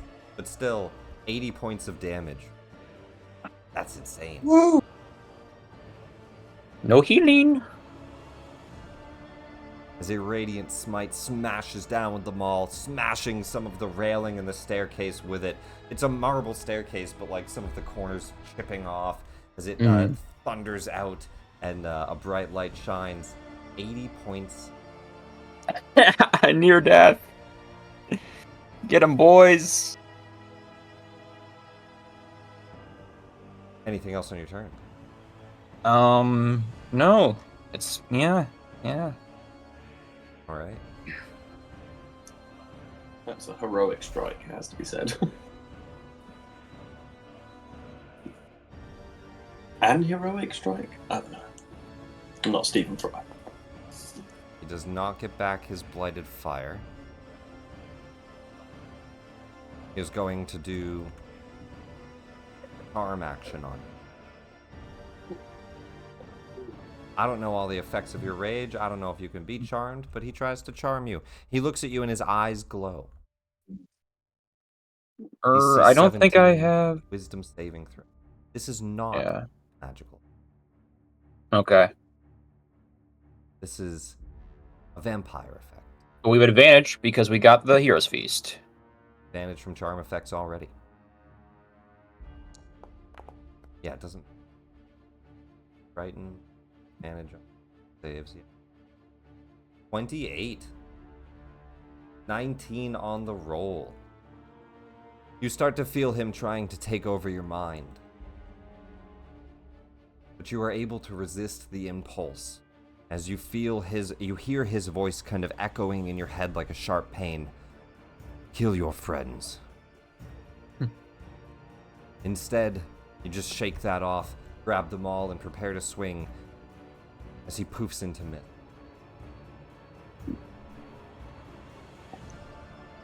This guy.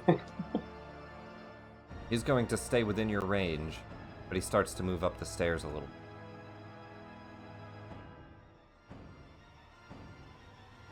You fight like a coward, you vampire scum.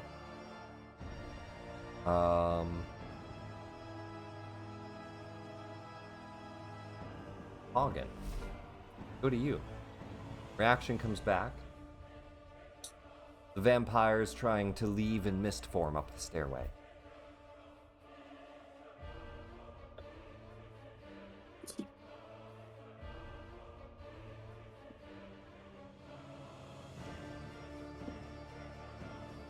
And from your angle, you can definitely move here for a better angle.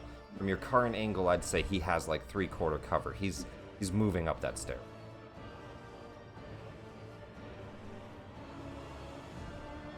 I'm going to heal Roven.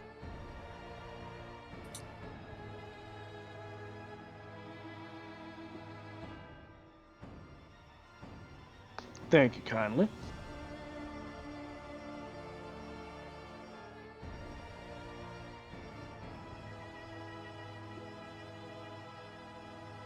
Let's do this one.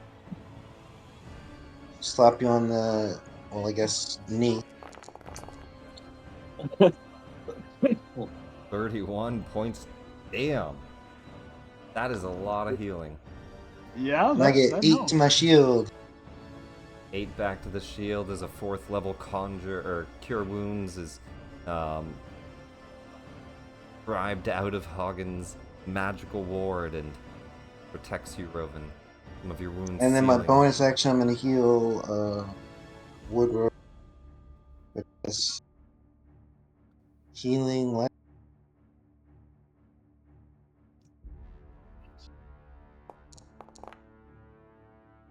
There we go. Is You there- get 19, Woodward. That's 19 for Wormwood. Yeah. Oh, Wormwood, yeah. Very cool. I'm done.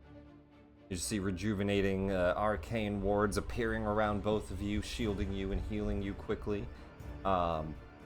Just a font of arcane magic around Hagen. That is your turn. At the end of your turn, he's going to use a legendary action to cunning escape. He's going to float up and up. 10 feet to the next floor.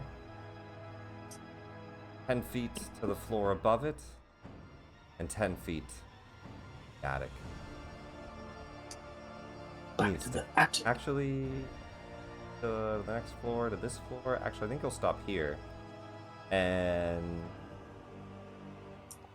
then move 10 feet this way. And he'll shout down, kind of laughing from the cloud. You just hear like an emanating as he fades off. Continuing the fight, but now a chase. What potion did you give Lara Elro? The potion of greater healing. It's. Where's my inventory? Go ahead and just roll it. It'll heal. I got it. There we go. Make sure you didn't consume 2, because I clicked it as well. I think Yeah, I Sorry. think I just did. it's alright, I'll add another.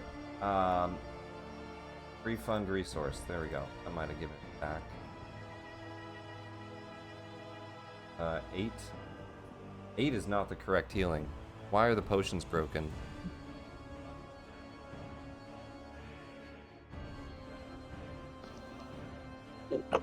I'm not sure. Alright, I'll pull it up here.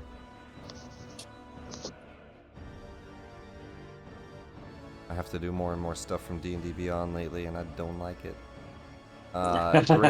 Greater healing. We'll heal her for 12 points of healing as she chugs that. She's going to move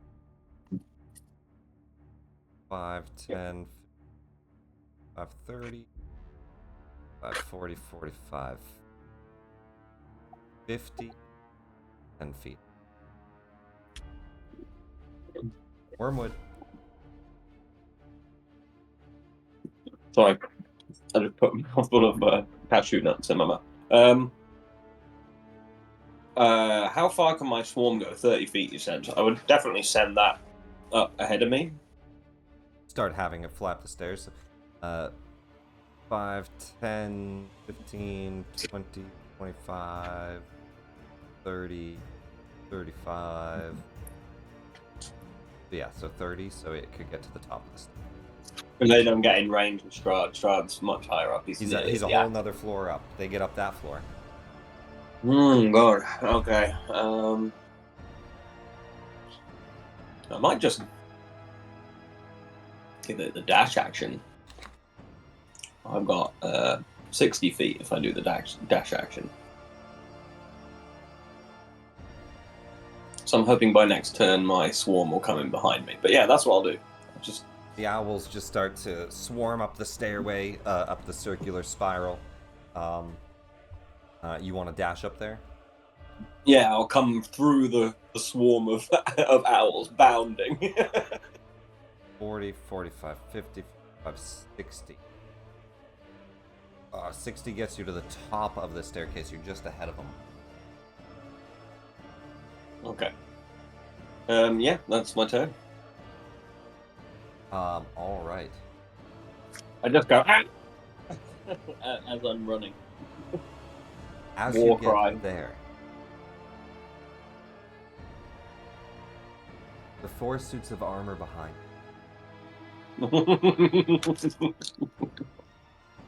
they start to shake and manifest, glowing with an eerie red glow.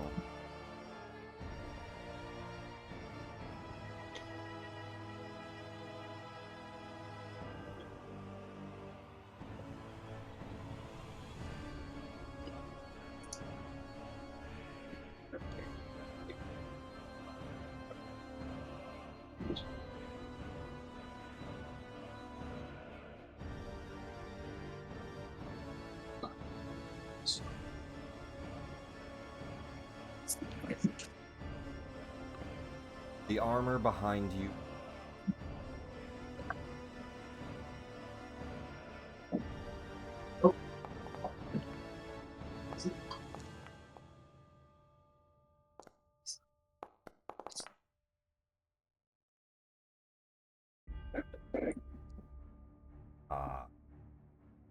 anything else in your dash action, movement, Yeah, or I bonus? don't have anything left. All right. Bonus. I guess, yeah, no, sorry, it's movement to move my swarm, so yes, I'll do a shillelagh just to be ready. I'll worry about the animated armor this round, not the one. Roven, top of round 4, and now we're pushing time a bit. Yeah, so maybe here next. Up to you guys. Do you guys want to go another That sounds round? good to me. Good spot to end. Good spot to Yeah. end. Hopefully we have dubs next week too. Strahd is gonna be an asshole, and as much as I can, he's gonna run through walls and doors and run away and end this fight. A man after my own heart. So get ready for a big battle right at the start of next week. We continue the battle with Strahd. If somebody can finish him off early, then maybe it's a short battle. But if he can keep escaping and healing, he is going to try to wear you guys down. I guess so. Thinking about that, I just wanted to ask something. Yeah. Clarify right now. So I can like reach very high because I'm tall, and I have like decent jump. So can I like reach up to like the second floor and like pull myself up? Will that like save me movement, or is that not something you can do? Yeah, you could reach this balcony and just pull yourself up. I mean, it's not as easy as like ground movement, so it's still difficult terrain for any movement. Okay. So, it'd probably take 20 feet to get up to here. 10 feet of difficult movement to climb. Okay. 20 feet of movement. And then I could do the same thing right here then, right? But what would that save you? So, like, let's see. So you're in this square, right? So 5, Yep. 10, 15, 20 feet gets you there. That would save you like a square or two. So it saves you a little bit. Yeah. It would That's it would allow you to get to the top of this stairway instead of like here. It Yeah. just depends on where you want to be. But yeah, you could try to climb and pull yourself up like a jungle gym up the spiral staircase. Yeah, because I've got 40 feet of movement, so I can do that twice. Yeah. Oh yeah. Okay. You could just go right up to Strahd. Yeah. Yeah. You want to skip the animated armors, great for Strahd on the next. Well, Yep. we'll find out what Such a Van Dane does. move. We'll pick up right here next week, everybody. I did not hand out inspirations. I wanted to hand out at least 2 today. So I'm going to pick 2 people right now. I'm going to give one to Roven. I think good roleplay. I like some more character choice decisions you made today rather than, the best optimized, giving away your health potions and skipping rounds to do specific things for extra people. Dangerous, but also, it's what Roven would do. So I'm going to throw you an inspiration. You also burnt yours. And